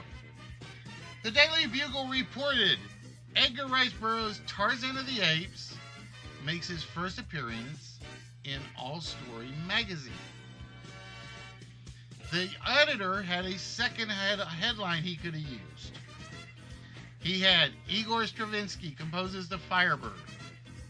In France, Jay Vedrines becomes the first pilot to break the 100-mile-per-hour barrier. The U.S. Army founded the Reserve Officers Training Corps, and workers start pouring the first concrete at the Panama Canal. Guapo says it was the Panama Canal. What year did workers start pouring the first concrete at the Panama Canal? It was done in 1909. Did Edgar Rice Burroughs make his first appearance? No, Edgar Rice Burroughs is not 1909, which means Bros. Hey, Chisel, what's good, my friend? How are you doing? That means, Bros, you can choose from one of the three remaining headlines. We're looking for the headline that took place at the same time Edgar Rice Burroughs' Tarzan of the Apes makes his first appearance in All Story magazine.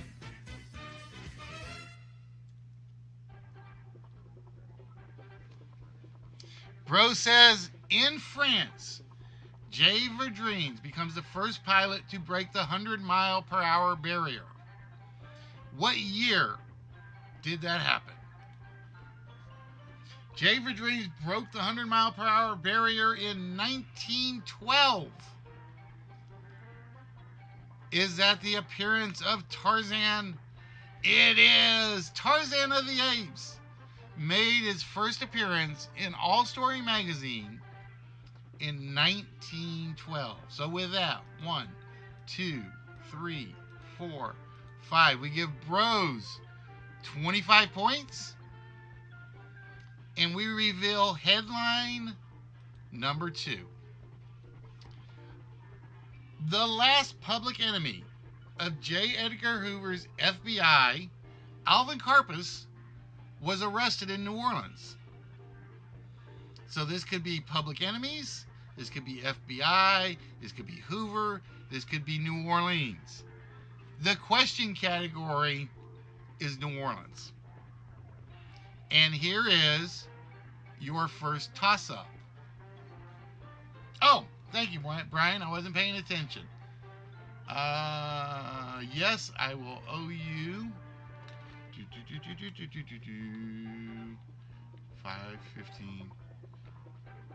And I owe you 25 for that one, so that is, ooh, wow, dude, 50 total.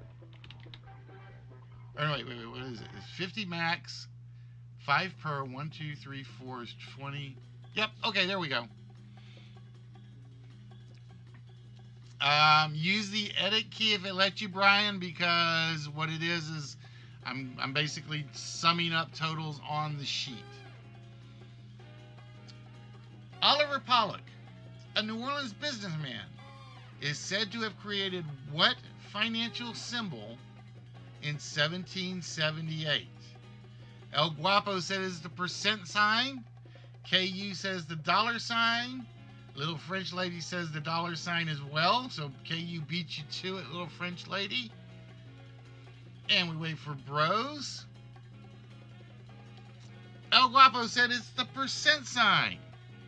Did Oliver Pollock, a New Orleans businessman, invent the percent sign?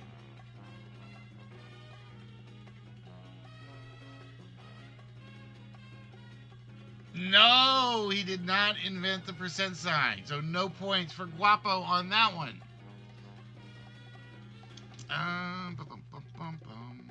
Bear with me. I got to do a little something here.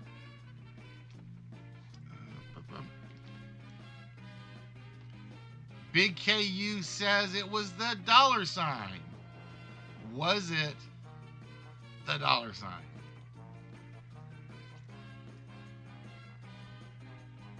It was, and with that, KU scores 20 points on the board for getting the first question right.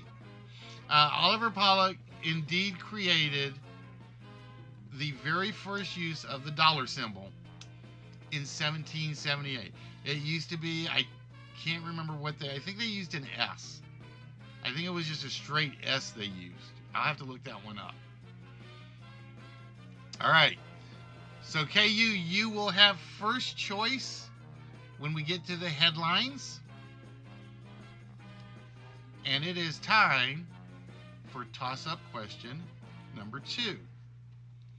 In New Orleans, so KU, you are the only one that does not have to answer this. For 15 points. In New Orleans, what reference guide was produced yearly in the early 1900s that was a directory of prostitutes in the city, and it actually had regular advertisers? It was a directory of where the prostitutes actually lived and worked. Was it the Blue Book, the Yellow Book, the White Book, or the Red Book? Guapo was in first with the Red Book. Is it the Red Book?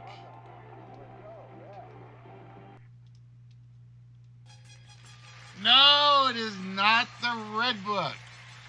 Little French Lady had also gone with the Red Book. Bro says it is the Blue Book for 15 points. Is it the Blue Book?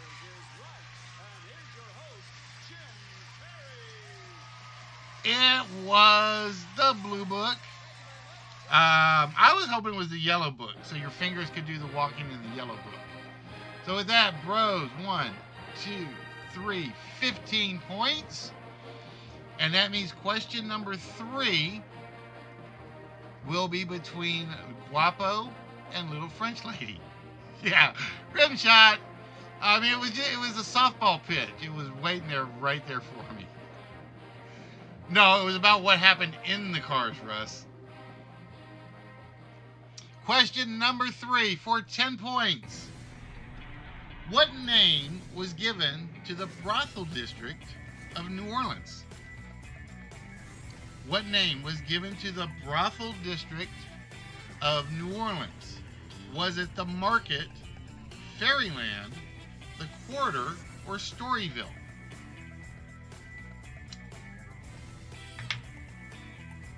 Guapo says it is Storyville. Little French Lady says it's the Quarter.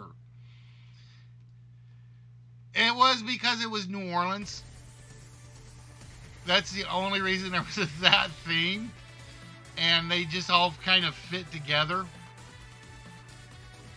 Is it Storyville? It is. And with that, Guapo gets 10 points on the board. All right. So, with that, we will let anybody that is participating on the chat line make their selection now for the headlines and what year they think it took place in.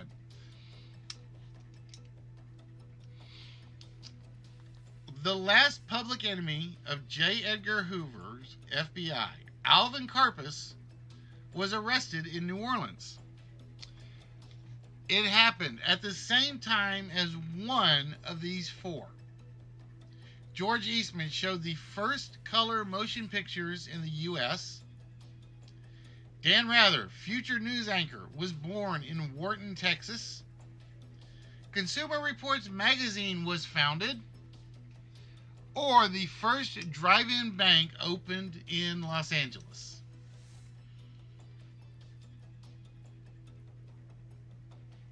All right, we have guesses from some of the audience. Now what you're going to do is we're going to reveal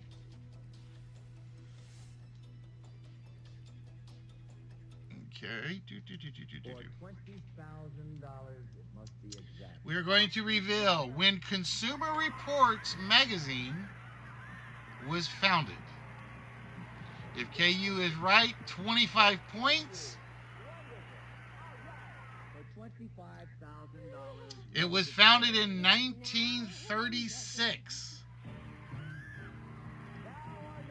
And that is the right answer. It was 1936.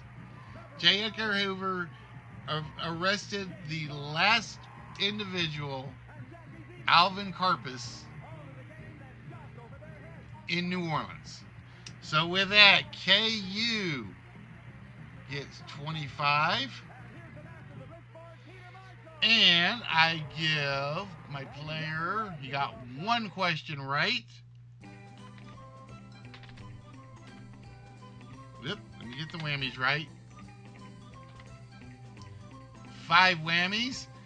We had guesses for 1930 for Alvin Karpis's arrest.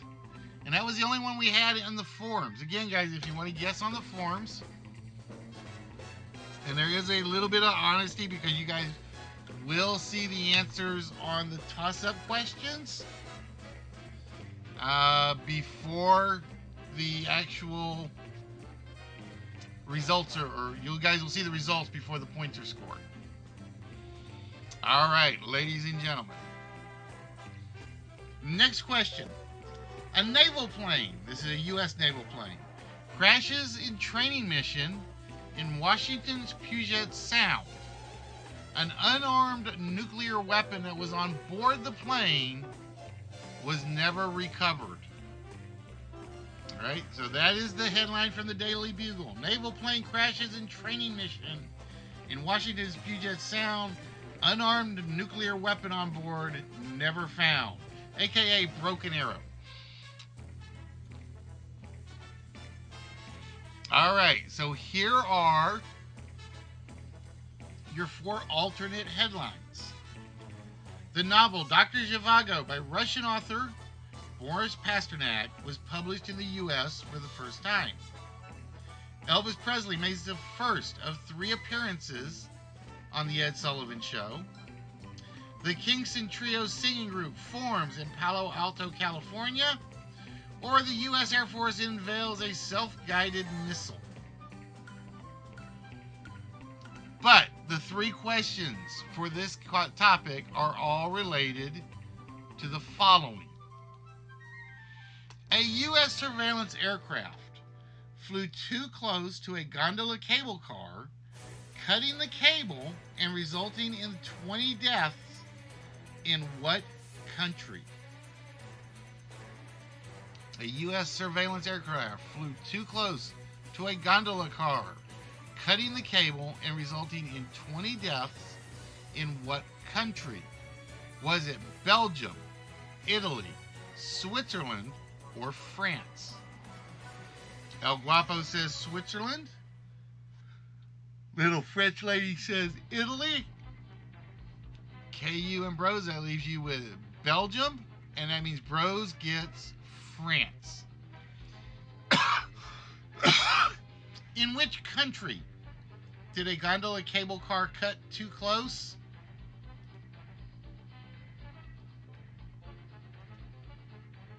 It was Italy.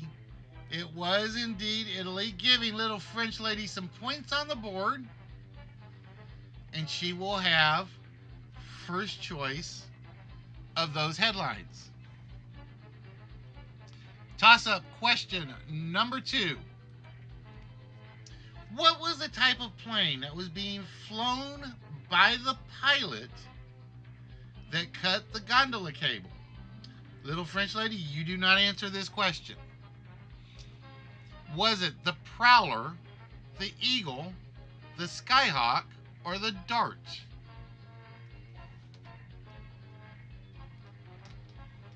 Was it the Prowler, the Eagle, the Skyhawk, or the Dart? Guapo says it was an F-106 Dart. Bro says it's an A-4 Skyhawk. KU?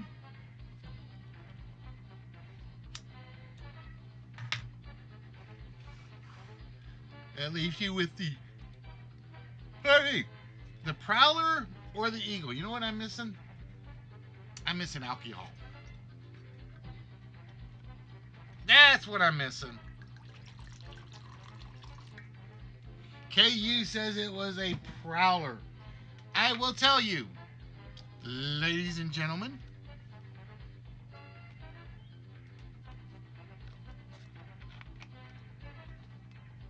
it was indeed the Prowler. It was an EA-6B Prowler. And I did a lot of reading on this story. I remembered the story. I didn't remember all the little details like the plane type and a few other things. All right. So it is toss-up question number 3 for Guapo and Bros. And here is your question. How much did each of the families of the victims get in the final judgment of the incident? Did they each get $100 million, $20 million, $10 million, or $2 million? Guapo says they got $20 million per family, or per victim. Bro says they only got $2 million. Oh, you're saying $2 million. Okay. My bad, Guapo. I thought you were doing it 1, 2, 3, 4. My apologies. So Guapo says $2 million. So Bros, you're gonna have to change yours. Yes, it's the $1.98 Beauty Show. An entertainment spectacular if ever there was one, where beauty is not only in the eye. It says $10 million. I will tell you, the U.S. Navy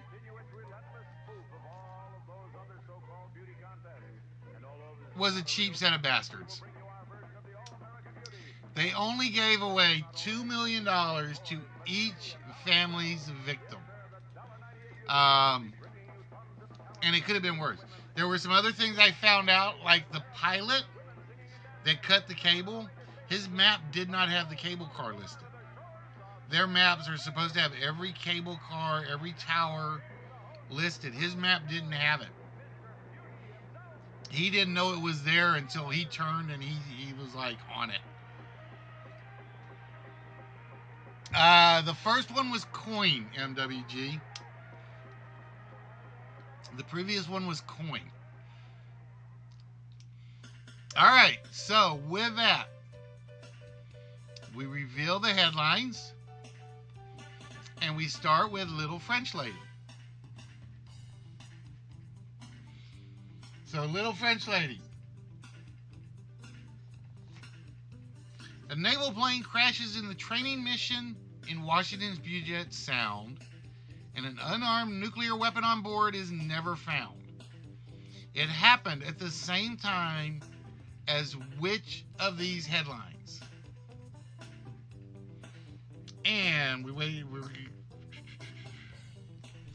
to see if any of our players put in a guess.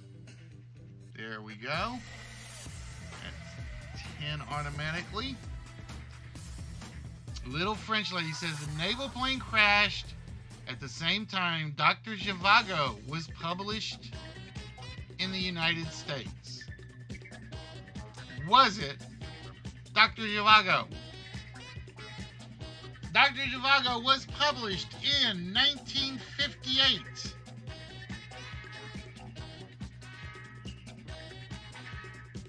And it was the same time as the crash. I want to check something because I was going to go with the Kingston Trio.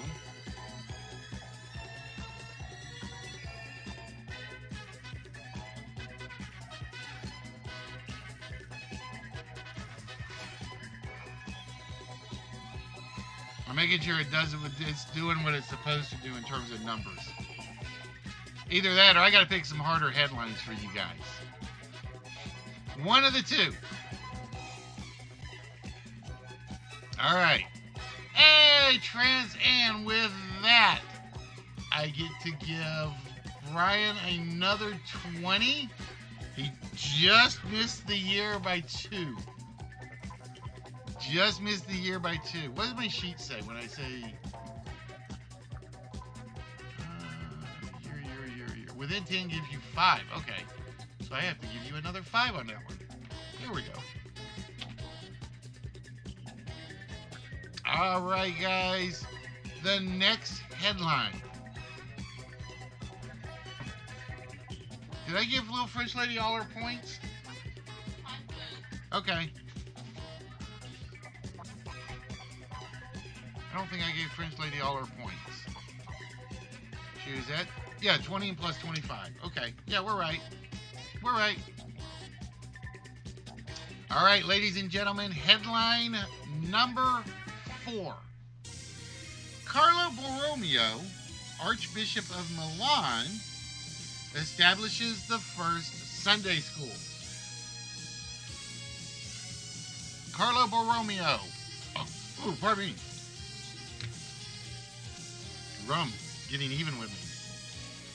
As Archbishop of Milan establishes the first Sunday school. Your 4 alternate headlines. Sir Francis Drake sailed into a bay in Northern California and proclaimed English sovereignty over New Albion on the North American West Coast. John Davis, English explorer, discovers the strait named after him between Greenland and Canada. The Davis Strait, I assume. Dutchman Hugo Grotius, considered the father of international law, is born. And Spanish King Philip II puts 25,000 gold coins on the head of Prince William of Orange. Yeah, what a coincidence. So we're going back in history a little bit on this one, folks. And here is toss-up question number 1 for everybody. Which U.S. state passed the first compulsory school attendance law? Which U.S. state passed the first compulsory school attendance law? Was it New York, Connecticut, Massachusetts, or Pennsylvania? All right, Guapo says Massachusetts. Rose says New York. Little French Lady says 3, which means she's got to pick again. KU says 3, which means pick again. Connecticut and Pennsylvania are your 2 options left.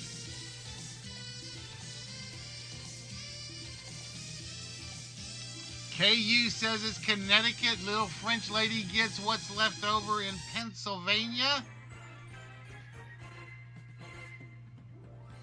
And it's not Pennsylvania for Little French Lady. Is it Massachusetts for Guapo? It is the 1, 2, 3, 4. There we go. Massachusetts passed the first ever compulsory school attendance law. Go to school or else, kids. Krampus will get you. Or Grandpa. All right, so Guapo, you do not have to answer question number 2. The first British Sunday newspaper appears in the late 1700s.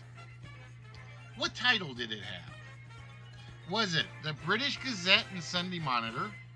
Was it just the Monitor? Was it the North Briton 92? Or was it the Journal Times?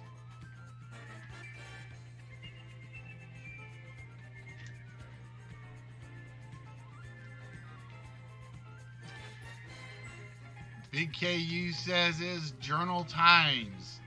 Little French Lady shut out again. Rose says is North Briton 92.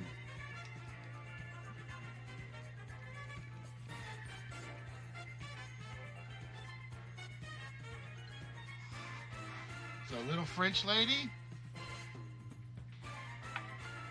is it the British Gazette and Sunday Monitor, or is it just the Monitor?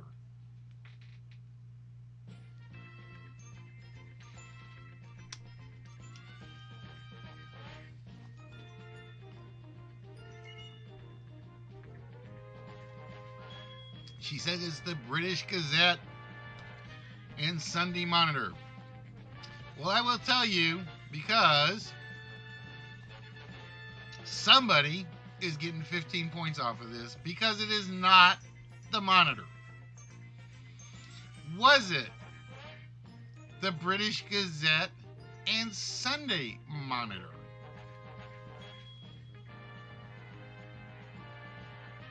It was the British Gazette and Sunday Monitor. 1, 2, 3. So Little French Lady scores 15 points. And we'll have second choice of these news events. So we are down to Bros. We are down to KU for toss-up question number 3. Which famed figure in religious philosophy publicized the Institutes of the Christian Religion? Which famed figure in religious philosophy publicized the Institutes of the Christian Religion? Was it Martin Luther, John Calvin, Nicholas Ridley, or John Knox? KU says it's John Calvin. Rose says it's Martin Luther. I will tell you, all 4 are actually very famous religious philosophers in various fields. Calvin started the Calvinistas, Luther was the Lutherans, John Knox was utilitarianism, and Nicholas Ridley was called, I'm going to remember this in a minute.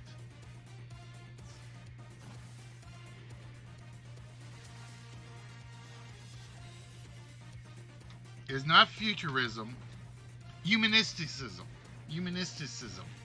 I had to think about that one for a minute. But the one that wrote the Institutes of the Christian Religion and 10 points goes to KU for John Calvin. All right, so with that, Guapo, you will have first choice of these 4 headlines or news stories. They're supposed to be written headline style, but the first one is kind of like a little off. So, Guapo, one of these 4 headlines occurred at the same time Carlo Borromeo, Archbishop of Milan, established the first Sunday schools. I'm going to wait and see if we get any in.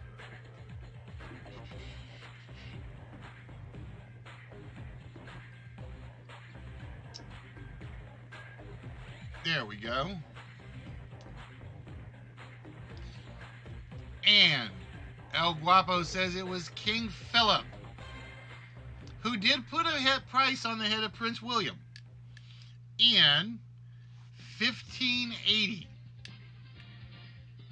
Now, did the Archbishop establish the first Sunday schools? He did in 1580. And with that, 1, 2, 3, 4, 5. I'm gonna have to pick some better. I'm gonna have to pick some tougher news stories, or some news stories that don't make as much relation. The funny thing is, the ones I pick are all off like it's like a year to 3 years at most. So it's like this is 83. John Davis, I think, is 81. Nope, 85. So I went a little further out. And Drake sailed into San Francisco Bay in 79. So there's only like a year's difference in between those. But you guys are picking amazingly. And no points for you on that one, Brian, unfortunately. All right, so with that, let us reveal headline number 5. Israeli F-16 fighter bombers in Operation Opera destroy a nuclear power plant in Iraq at Osirak, Iraq, before it goes into operation. F-16 fighter bombers in Operation Opera destroy a nuclear power plant in Iraq at Osirak before it goes into operation. Your 4 alternate headlines. Moon Tiger, a novel by Penelope Lively, wins the Booker Prize that same year. The U.S. Supreme Court declares that male-only draft registration is constitutional. Tokyo Disneyland opens to the public. And the British punk group Clash releases its London Calling album. All right, I like these ones better. These are a little more variant from the subject matter. All right, ladies and gentlemen. Question number 1 for all 4 players for 20 points. The Royal Air Force, under Commander Arthur Harris, launched the first ever 1,000-plane raid over Germany with 1,047 bombers bombing which German city during World War II? Was it the city of Bern, the city of Munich, the city of Cologne, or the city of Berlin? Guapo says Bern. Bros says Cologne. Little French Lady will have to pick again between Munich, and Little French Lady is stuck with Berlin because KU takes Munich. I will tell you, the 1,000-plane bombing raid was over the city of Cologne. It was over the city of Cologne. So Bros trying to catch Guapo. But Guapo can stretch it out a little, because here is question number 2 for Guapo, KU, and Little French Lady. The United States exploded the first hydrogen bomb in a test at Inuiatak in the Marshall Islands. By what nickname did they give this bomb? Did they call it the Lady Louise, the Rocky Flats, the Ivy Mike, or the Crowning Glory?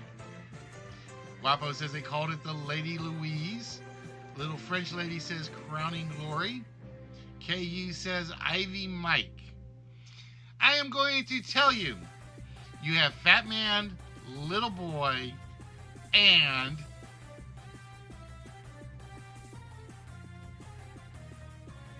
Ivy Mike. So with that, KU takes the lead again over Guapo by 10 points. The hydrogen bomb was called the Ivy Mike. All right. Not always, Trans, just it seems like it when there's a four-parter. The British detonated their first atomic bomb, a 25-kiloton I don't remember if it's hydrogen or not. The British detonated their first atomic bomb with a 25-kiloton yield off of which islands off the coast of Australia?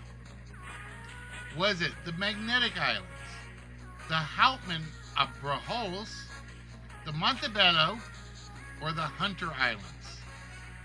El Guapo says the Hunter Islands.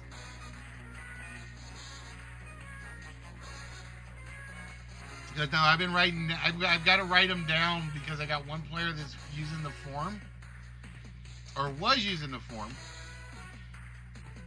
and they're not all number 3s. All right, Little French Lady's going to take Trance's advice and pick number 3. El Guapo says it's the Hunter Islands. I will tell you for 10 points. They detonated a 25 kiloton off of Montebello. Off of Montebello they did. So the pick of 3 counted.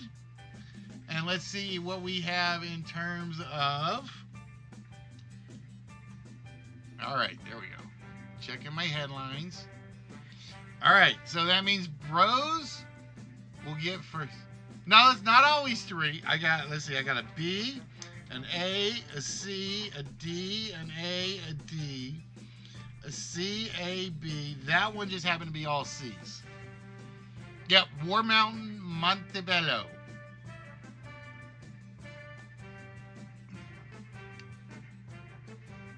And did I give Little French Lady her points?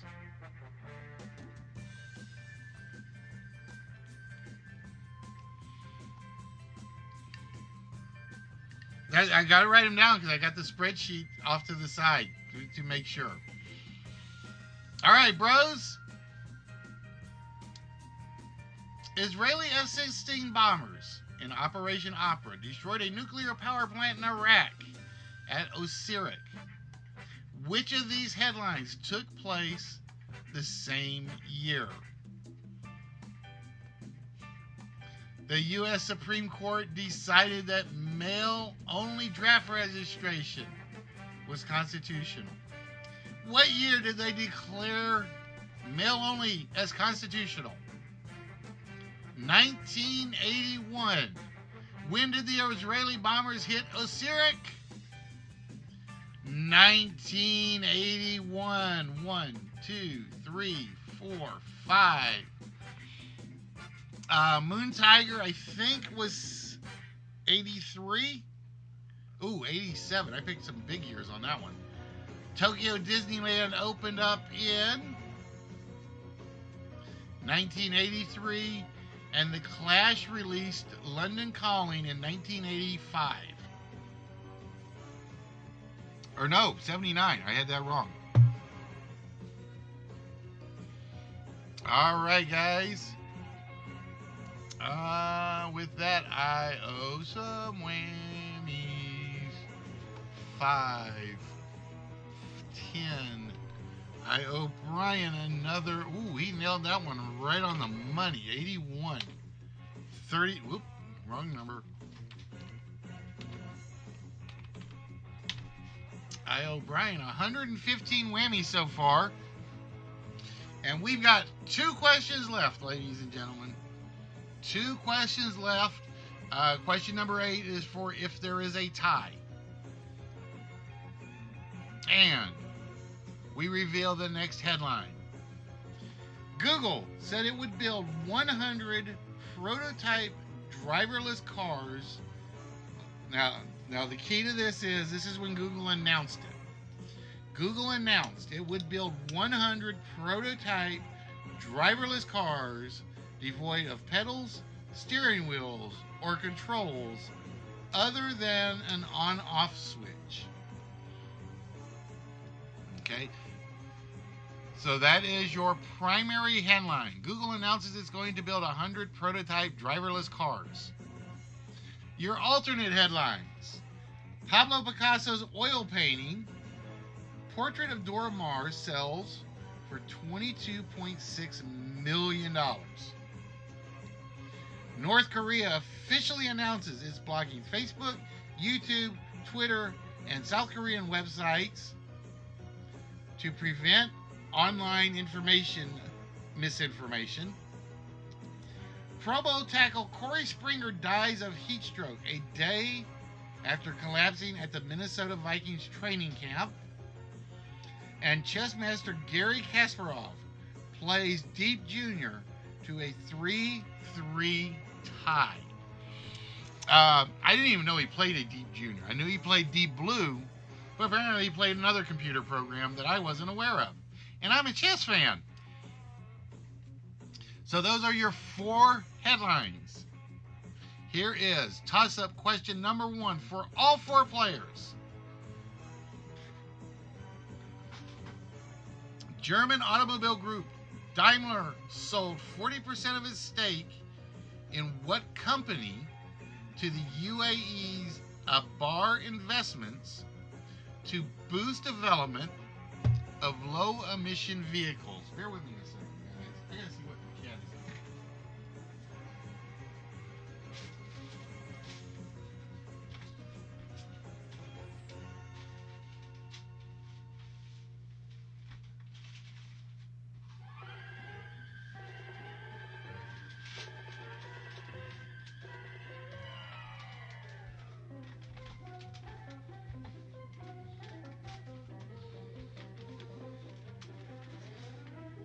Wifey brought me food. She put it on the steps, and I'm like, okay, I'll come get it. And I forgot the cat was up here.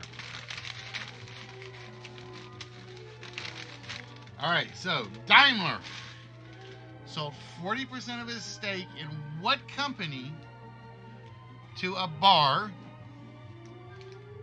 to boost development of low-emission vehicles? El Guapo says it was Volvo Motors. Little French lady said DHL. Bro said IKEA. And KU says Tesla. Would you believe Daimler owned that much of Tesla Motors? KU taking it. 1, 2, 3, 4. I had no idea Daimler owned that much of Tesla Motors. But yeah, that's who they actually sold it out to. Trance calling for a wheel spin for the moment. So let me get over to my correct screen. See, Trance, there's an A question, not a C.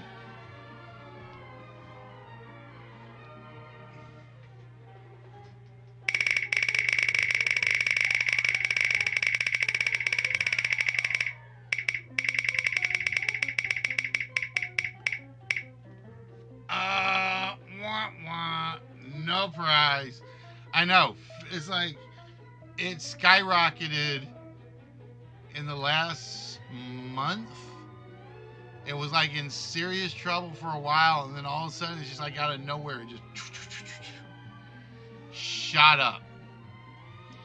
All right, so KU will have first choice of the alternate headlines. But that means everybody else is competing for 15 points for this question.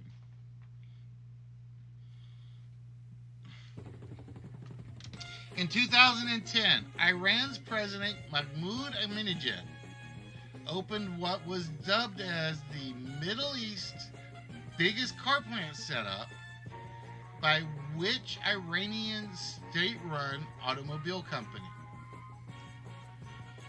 Was it Fath Industries, Muratab, ICAP, or SIPA? So KU, you do not have to answer this one. And while we're doing this, I'm grabbing a bite. El Guapo says Muratab. Little French Lady says ICAP. Bros, you got to repick.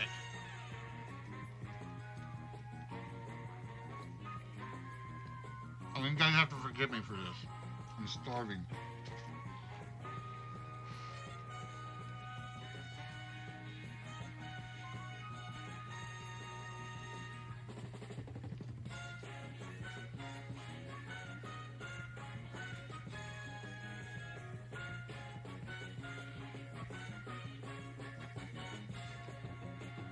I try not to eat on air, but once in a while, you get hungry enough where you don't really have a choice.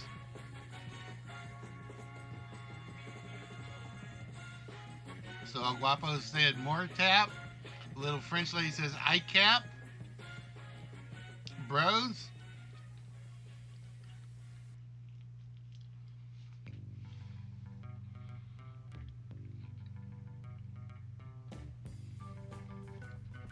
But how you doing tonight, Laser? Haven't seen you around in a while.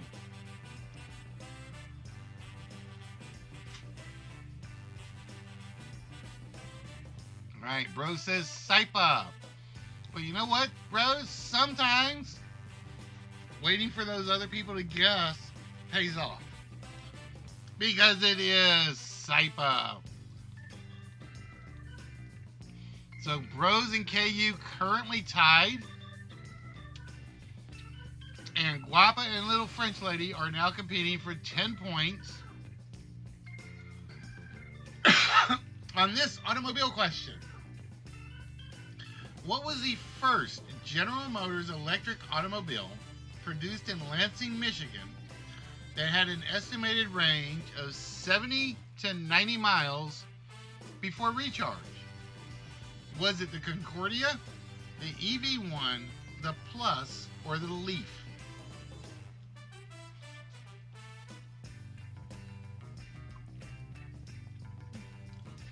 All right, El Guapo says it's the EV1. Little French Lady had to take the Concordia because General Motors' first electronic vehicle was electric vehicle number 1, EV1. So with that, Guapo gets 10. And that means KU will have the first choice of these headlines.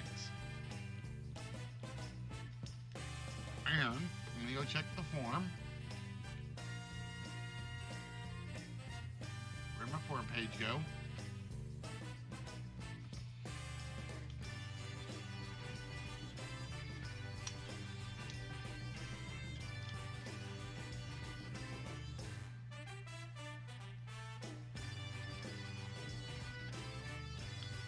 So KU. What happened the same year Google announced it would build 100 prototype driverless cars that only had an on-off switch?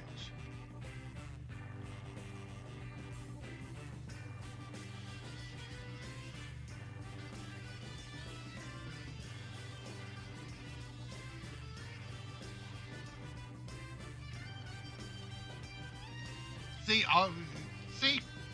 you got that tech geek in you, Laser. I know you do.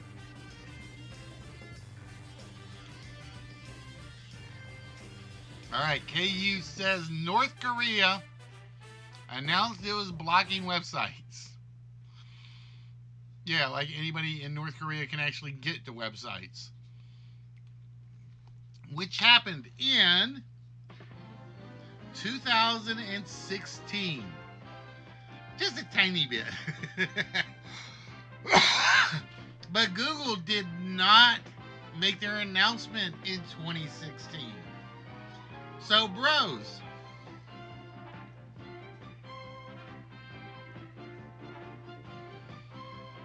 which of these events happened the same year Google said it announced it would build 100 prototype driverless cars?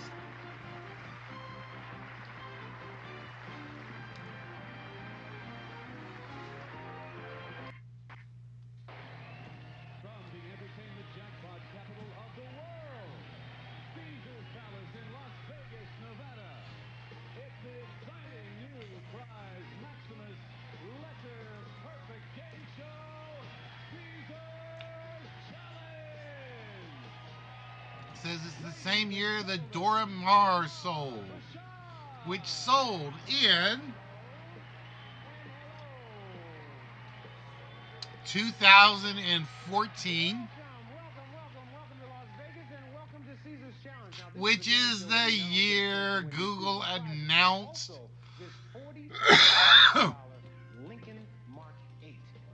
that it would build 100 driverless cars. Corey Stringer died in the Minnesota camp, I think in 2010. 2001.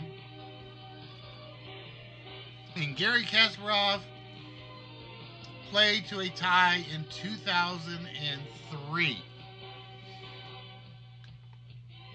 So with that,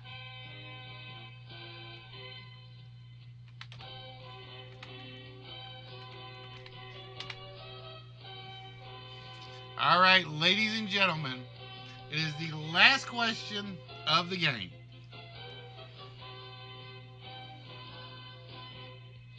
And here is the headline. Robinson Crusoe is left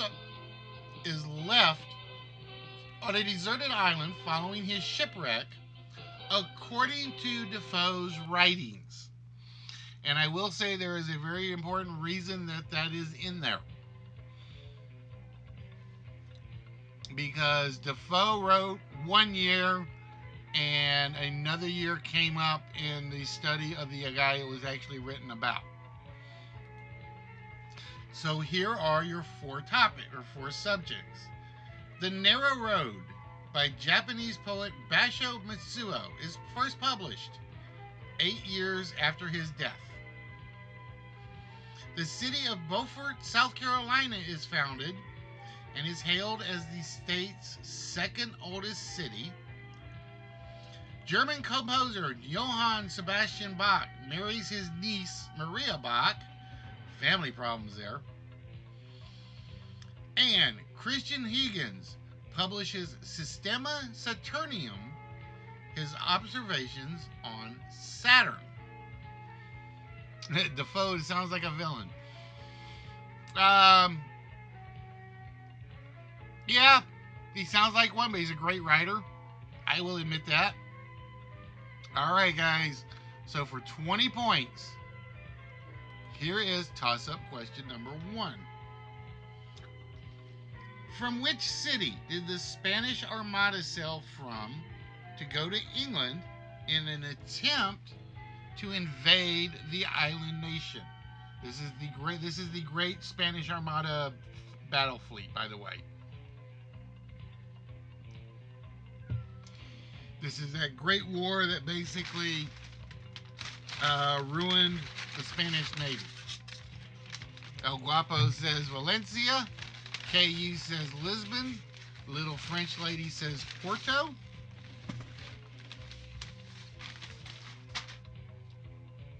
And Bro says Costa Blanca. I will tell you that the Spanish fleet actually sailed out of Lisbon, Portugal. You are at 140, Brian. Total. You're at 140.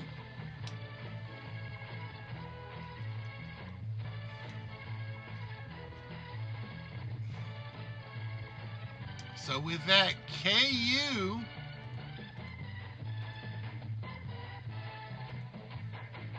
five points behind Broke. All right, toss up question number 2.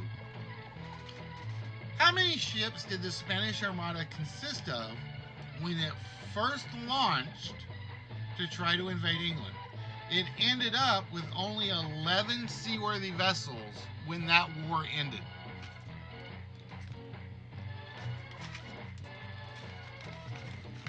How many ships did the Spanish Armada consist of when it set sail?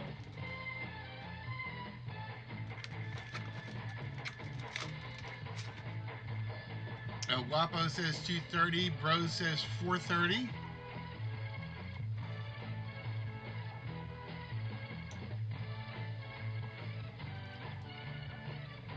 Little French lady says 530. I will tell you, the Spanish Armada started with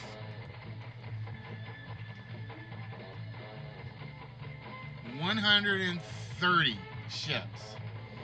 It started with 130. It ended up with 11 that were seaworthy. And unfortunately, everybody missed, which means that KU, you get one shot at passing Bros. Everyone missed. So you basically are the only player to get a question or get a shot at this. One of these events happened the same year that Robinson Crusoe is left on a deserted island following his shipwreck, according to the writings of Defoe.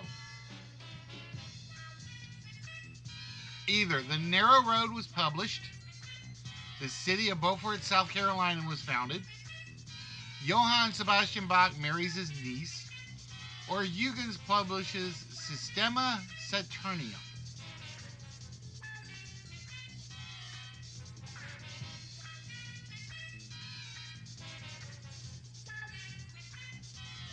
If you get this right,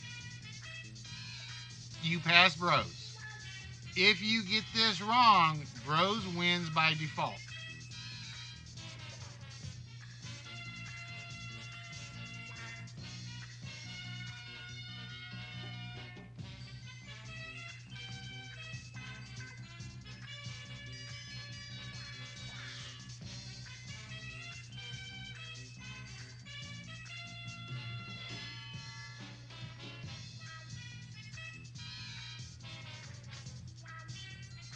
All right.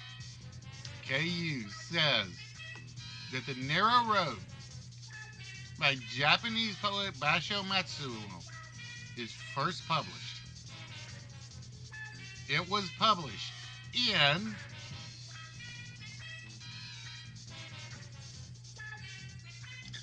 1710. What year did Defoe say, oh, it was not 1710? And with that, Bros survives by a hair. By 5 points, Bros.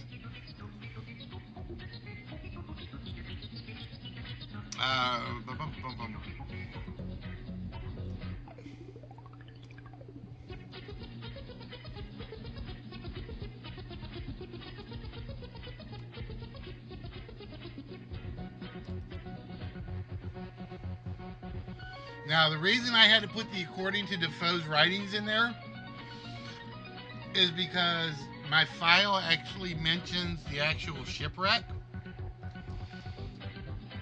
And it says that Defoe claimed it was 1659. But the guy that it was supposedly about came back and said, no, I was shipwrecked after the 1700s. I want to say 1701. So it actually turned out to be, there was actually some discrepancy in Defoe's claims, or in Defoe's writings. But yeah, that was incredibly close. And no points on that one for the audience, but as Brian was playing along, and thank you for that, Brian, I greatly appreciate it. I gotta clean this, I gotta figure out how to clean the order up between the questions and the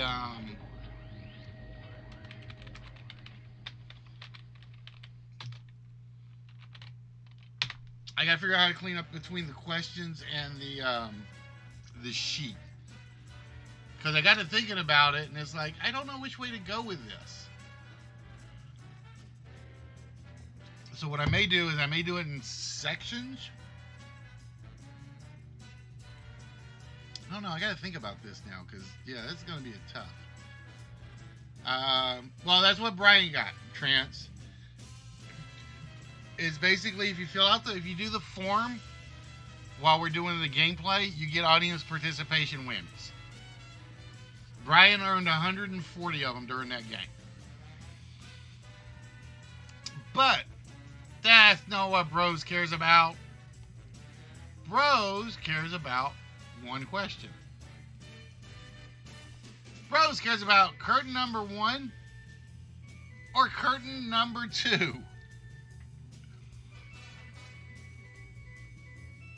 Oh, we got another 4-letter word that has been solved, ladies and gentlemen.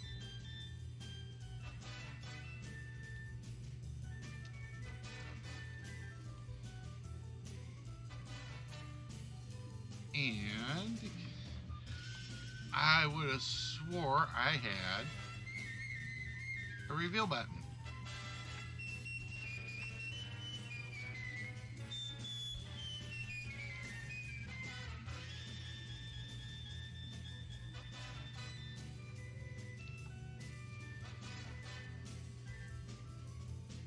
But so let me know what you guys think about that one. And actually, it turned out reasonably close to what I was aiming for time-wise.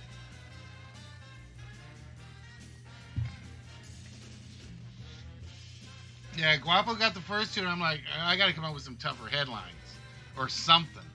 And I looked, and I'm like, well, wait a minute. This is 80, this is 81, this is 82, this is 79.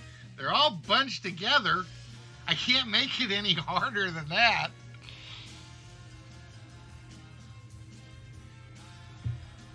All right, so bros. The ultimate question. Curtain number 1 or curtain number 2?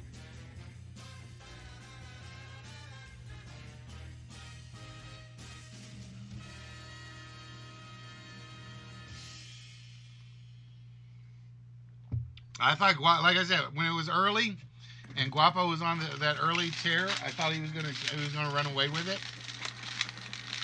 And then KU got that one, and it just kind of like broke the streak. I was like, oh, this is anybody's game now.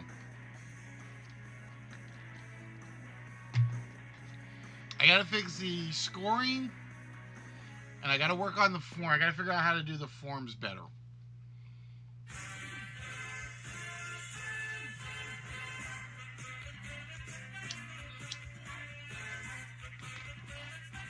All right, bros.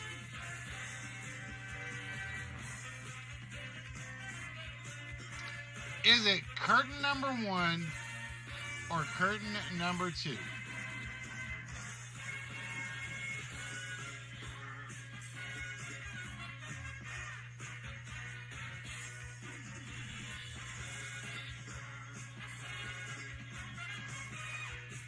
Yeah, you got it already, Laser. Just give me a minute. We'll get you taken care of. I promise.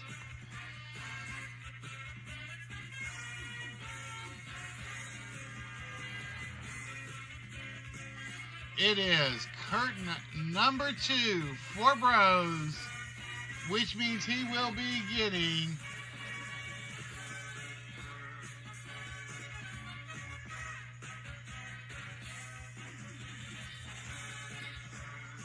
camera doesn't want to work. Hey, we'll be getting Jean-Luc Picard from... I don't remember which one that's from. The Starfleet edition. So congratulations, bros. Make it so. Jean-Luc Picard is now yours. And I apologize for the lighting, guys. It's kind of... I gotta move some stuff from the International Coffees commercial. Yeah. And whose show was I watching that? I want to say it was Lee's, but I don't think it was Lee. He asked a question about Patrick. It was like reverse photography or reverse acting, and it was like Patrick Stewart started this. I'm like, no, this question is completely wrong. You got to go back to like early television. And it was like, I just didn't get that one. Can I show number one? No. I do not show what number. Yeah, the photo negative casting. And I'm like, there was just something that came about that question that was just off to me. I'm like, I have seen Othello done in the past by bigger actors or as big actors in the same thing, and I'm like, okay, of the choices he gave you, it made sense. But don't say it started there. It just kind of hit me wrong. It's like, am I screwing up by going back in history to pull trivia questions? Because, I don't know. That's what it felt like. But yeah, I found this site that had like all these items by year. So we went through 7 times 3 is 21 questions, right? This file has 23,000 plus various lines of history. Now, some of them are really, really strange and really weird, like so-and-so was born, or so-and-so that did this died. And I'll probably include them when they're really people that you should know. But what did you guys think of the layout? And of the game as it is? Do not save that because... like I said, the first time I ever ran this, Red told me it was pretty much perfect for the most part.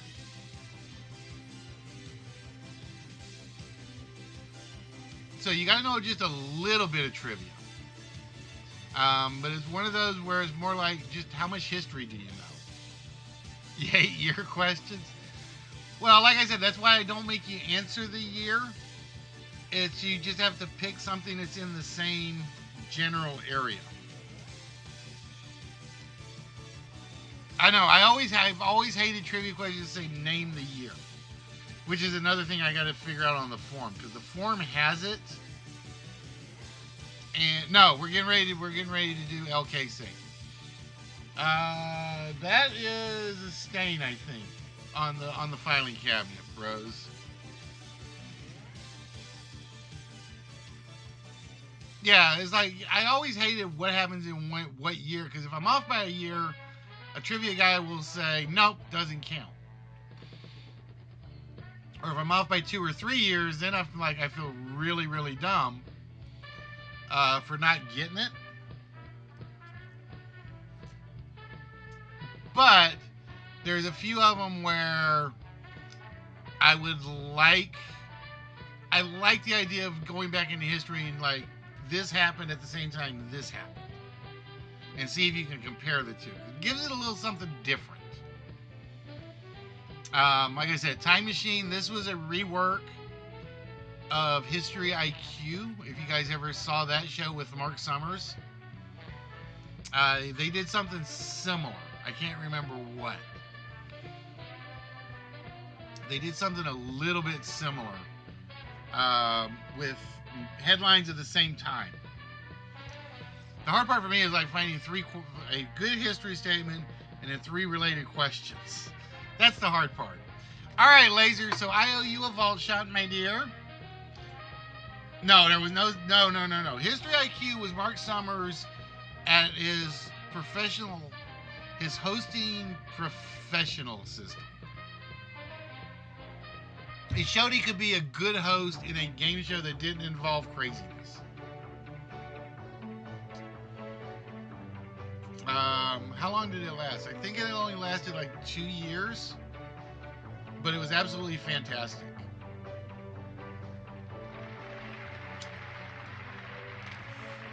Okay, Laser. So with that, my dear, we have to give you a vault shot for getting that word right there. Right there. Right there. This word. I can't point to it. Because my camera is off just enough where it's like if I go that way, I don't point at it. So, with that, Laser, you get to remove 1 wrong number from up top. Which dial would you like us to remove an incorrect number from? I am considering it, bros. I am considering it. Well, first, because you got the 4-letter word, you pick 1 dial and we remove the incorrect number from it. All right, so you want to remove 1 out of the white. All right, so we know that is not a 3. That's all right. Okay, we just finished. We were kind of like biding some time. We were just basically. I was getting feedback on Time Machine. All right, so Laser, we need a 4-digit number from you, my dear, that you think is going to open this vault. We need a number off the orange dial, the white dial, the blue dial, and then the green dial. I just wish I could play tonight, but my phone still isn't charged up all the way. Or it's acting up. It's like literally, it'll get to 100%, I'll pull the plug out, it'll drop down to 60, and then it says, oh, you're at 30%, your phone's off. It's like, it's been driving me batty. All right. Laser says 9.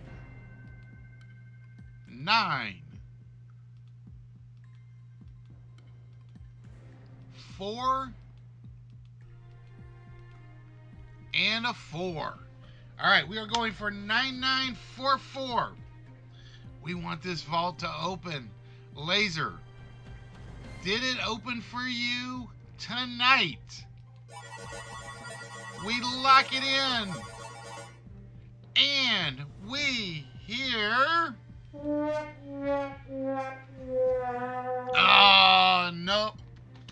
No open vault this evening. Oh, well, it'll happen. We know it'll happen. We're chopping some numbers off a little bit at a time. 2, 3, let's see. So we got 8 times 7 is 56. 1, 2, 3 times 7. I think Brian did the math for me. 56 times 7. 2, 4, 392 times 6. 2, 1, 5, 19, 1 in 2352. Now, like I always say, folks, name me a lottery that's going to give you better than 1 in 10,000 when it starts and just gradually, geometrically drops. So yeah, guys, like I said, I appreciate the help on getting... Yeah, go to sadtrombone.com. I prefer the cheery sound, but that's just me. All right, so I know I got to fix the forms for the game, which will be easy enough to do. Well, actually, that'll probably be the hard part. I got to finish the final, because this one is actually going to have a final round. This one is going to have kind of like a bonus round where we're going to give you 10 statements in one per year from a 10-year period. And I can actually show it to you. I'm working on it. Let me close out the vault. I'm in the process of getting this completed. This is like the last part of it. So what this is going to be is... Where did it go? Time machine. Don't lose your stupid program, Mark. We're giving LK some time to get himself up and running.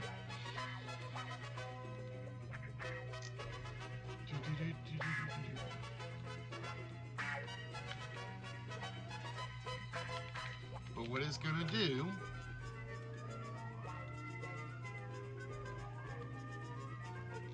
I'm just going to show you the base. I haven't completed this part yet, although we're getting there. It'll take 10 statements that start at a certain year, mix them up, and then you'll have to like match the statement to the year. So yeah, this one I got to figure out what I want to do for it bonus wise. I got to figure out if I want this to be a standalone or if this will just be something for somebody in the audience afterwards. All right, have a good one, Trance. No, I'm going to be wrapping it up because LK's coming on with Lingo, and I am going to be going to bed so I can get up and go buy some prizes tomorrow. You guys didn't help me out much, by the way. Is he on yet? Let me go take a look. Oh, he's live now. Okay, he is live now. All right, so we're going to send you guys over to LK. It is 80s movie trivia tonight. That's right, Lingo's tomorrow night. Duh. 80s movies trivia. You guys should know a lot about that. We will see you guys some point next week, probably with an early stream.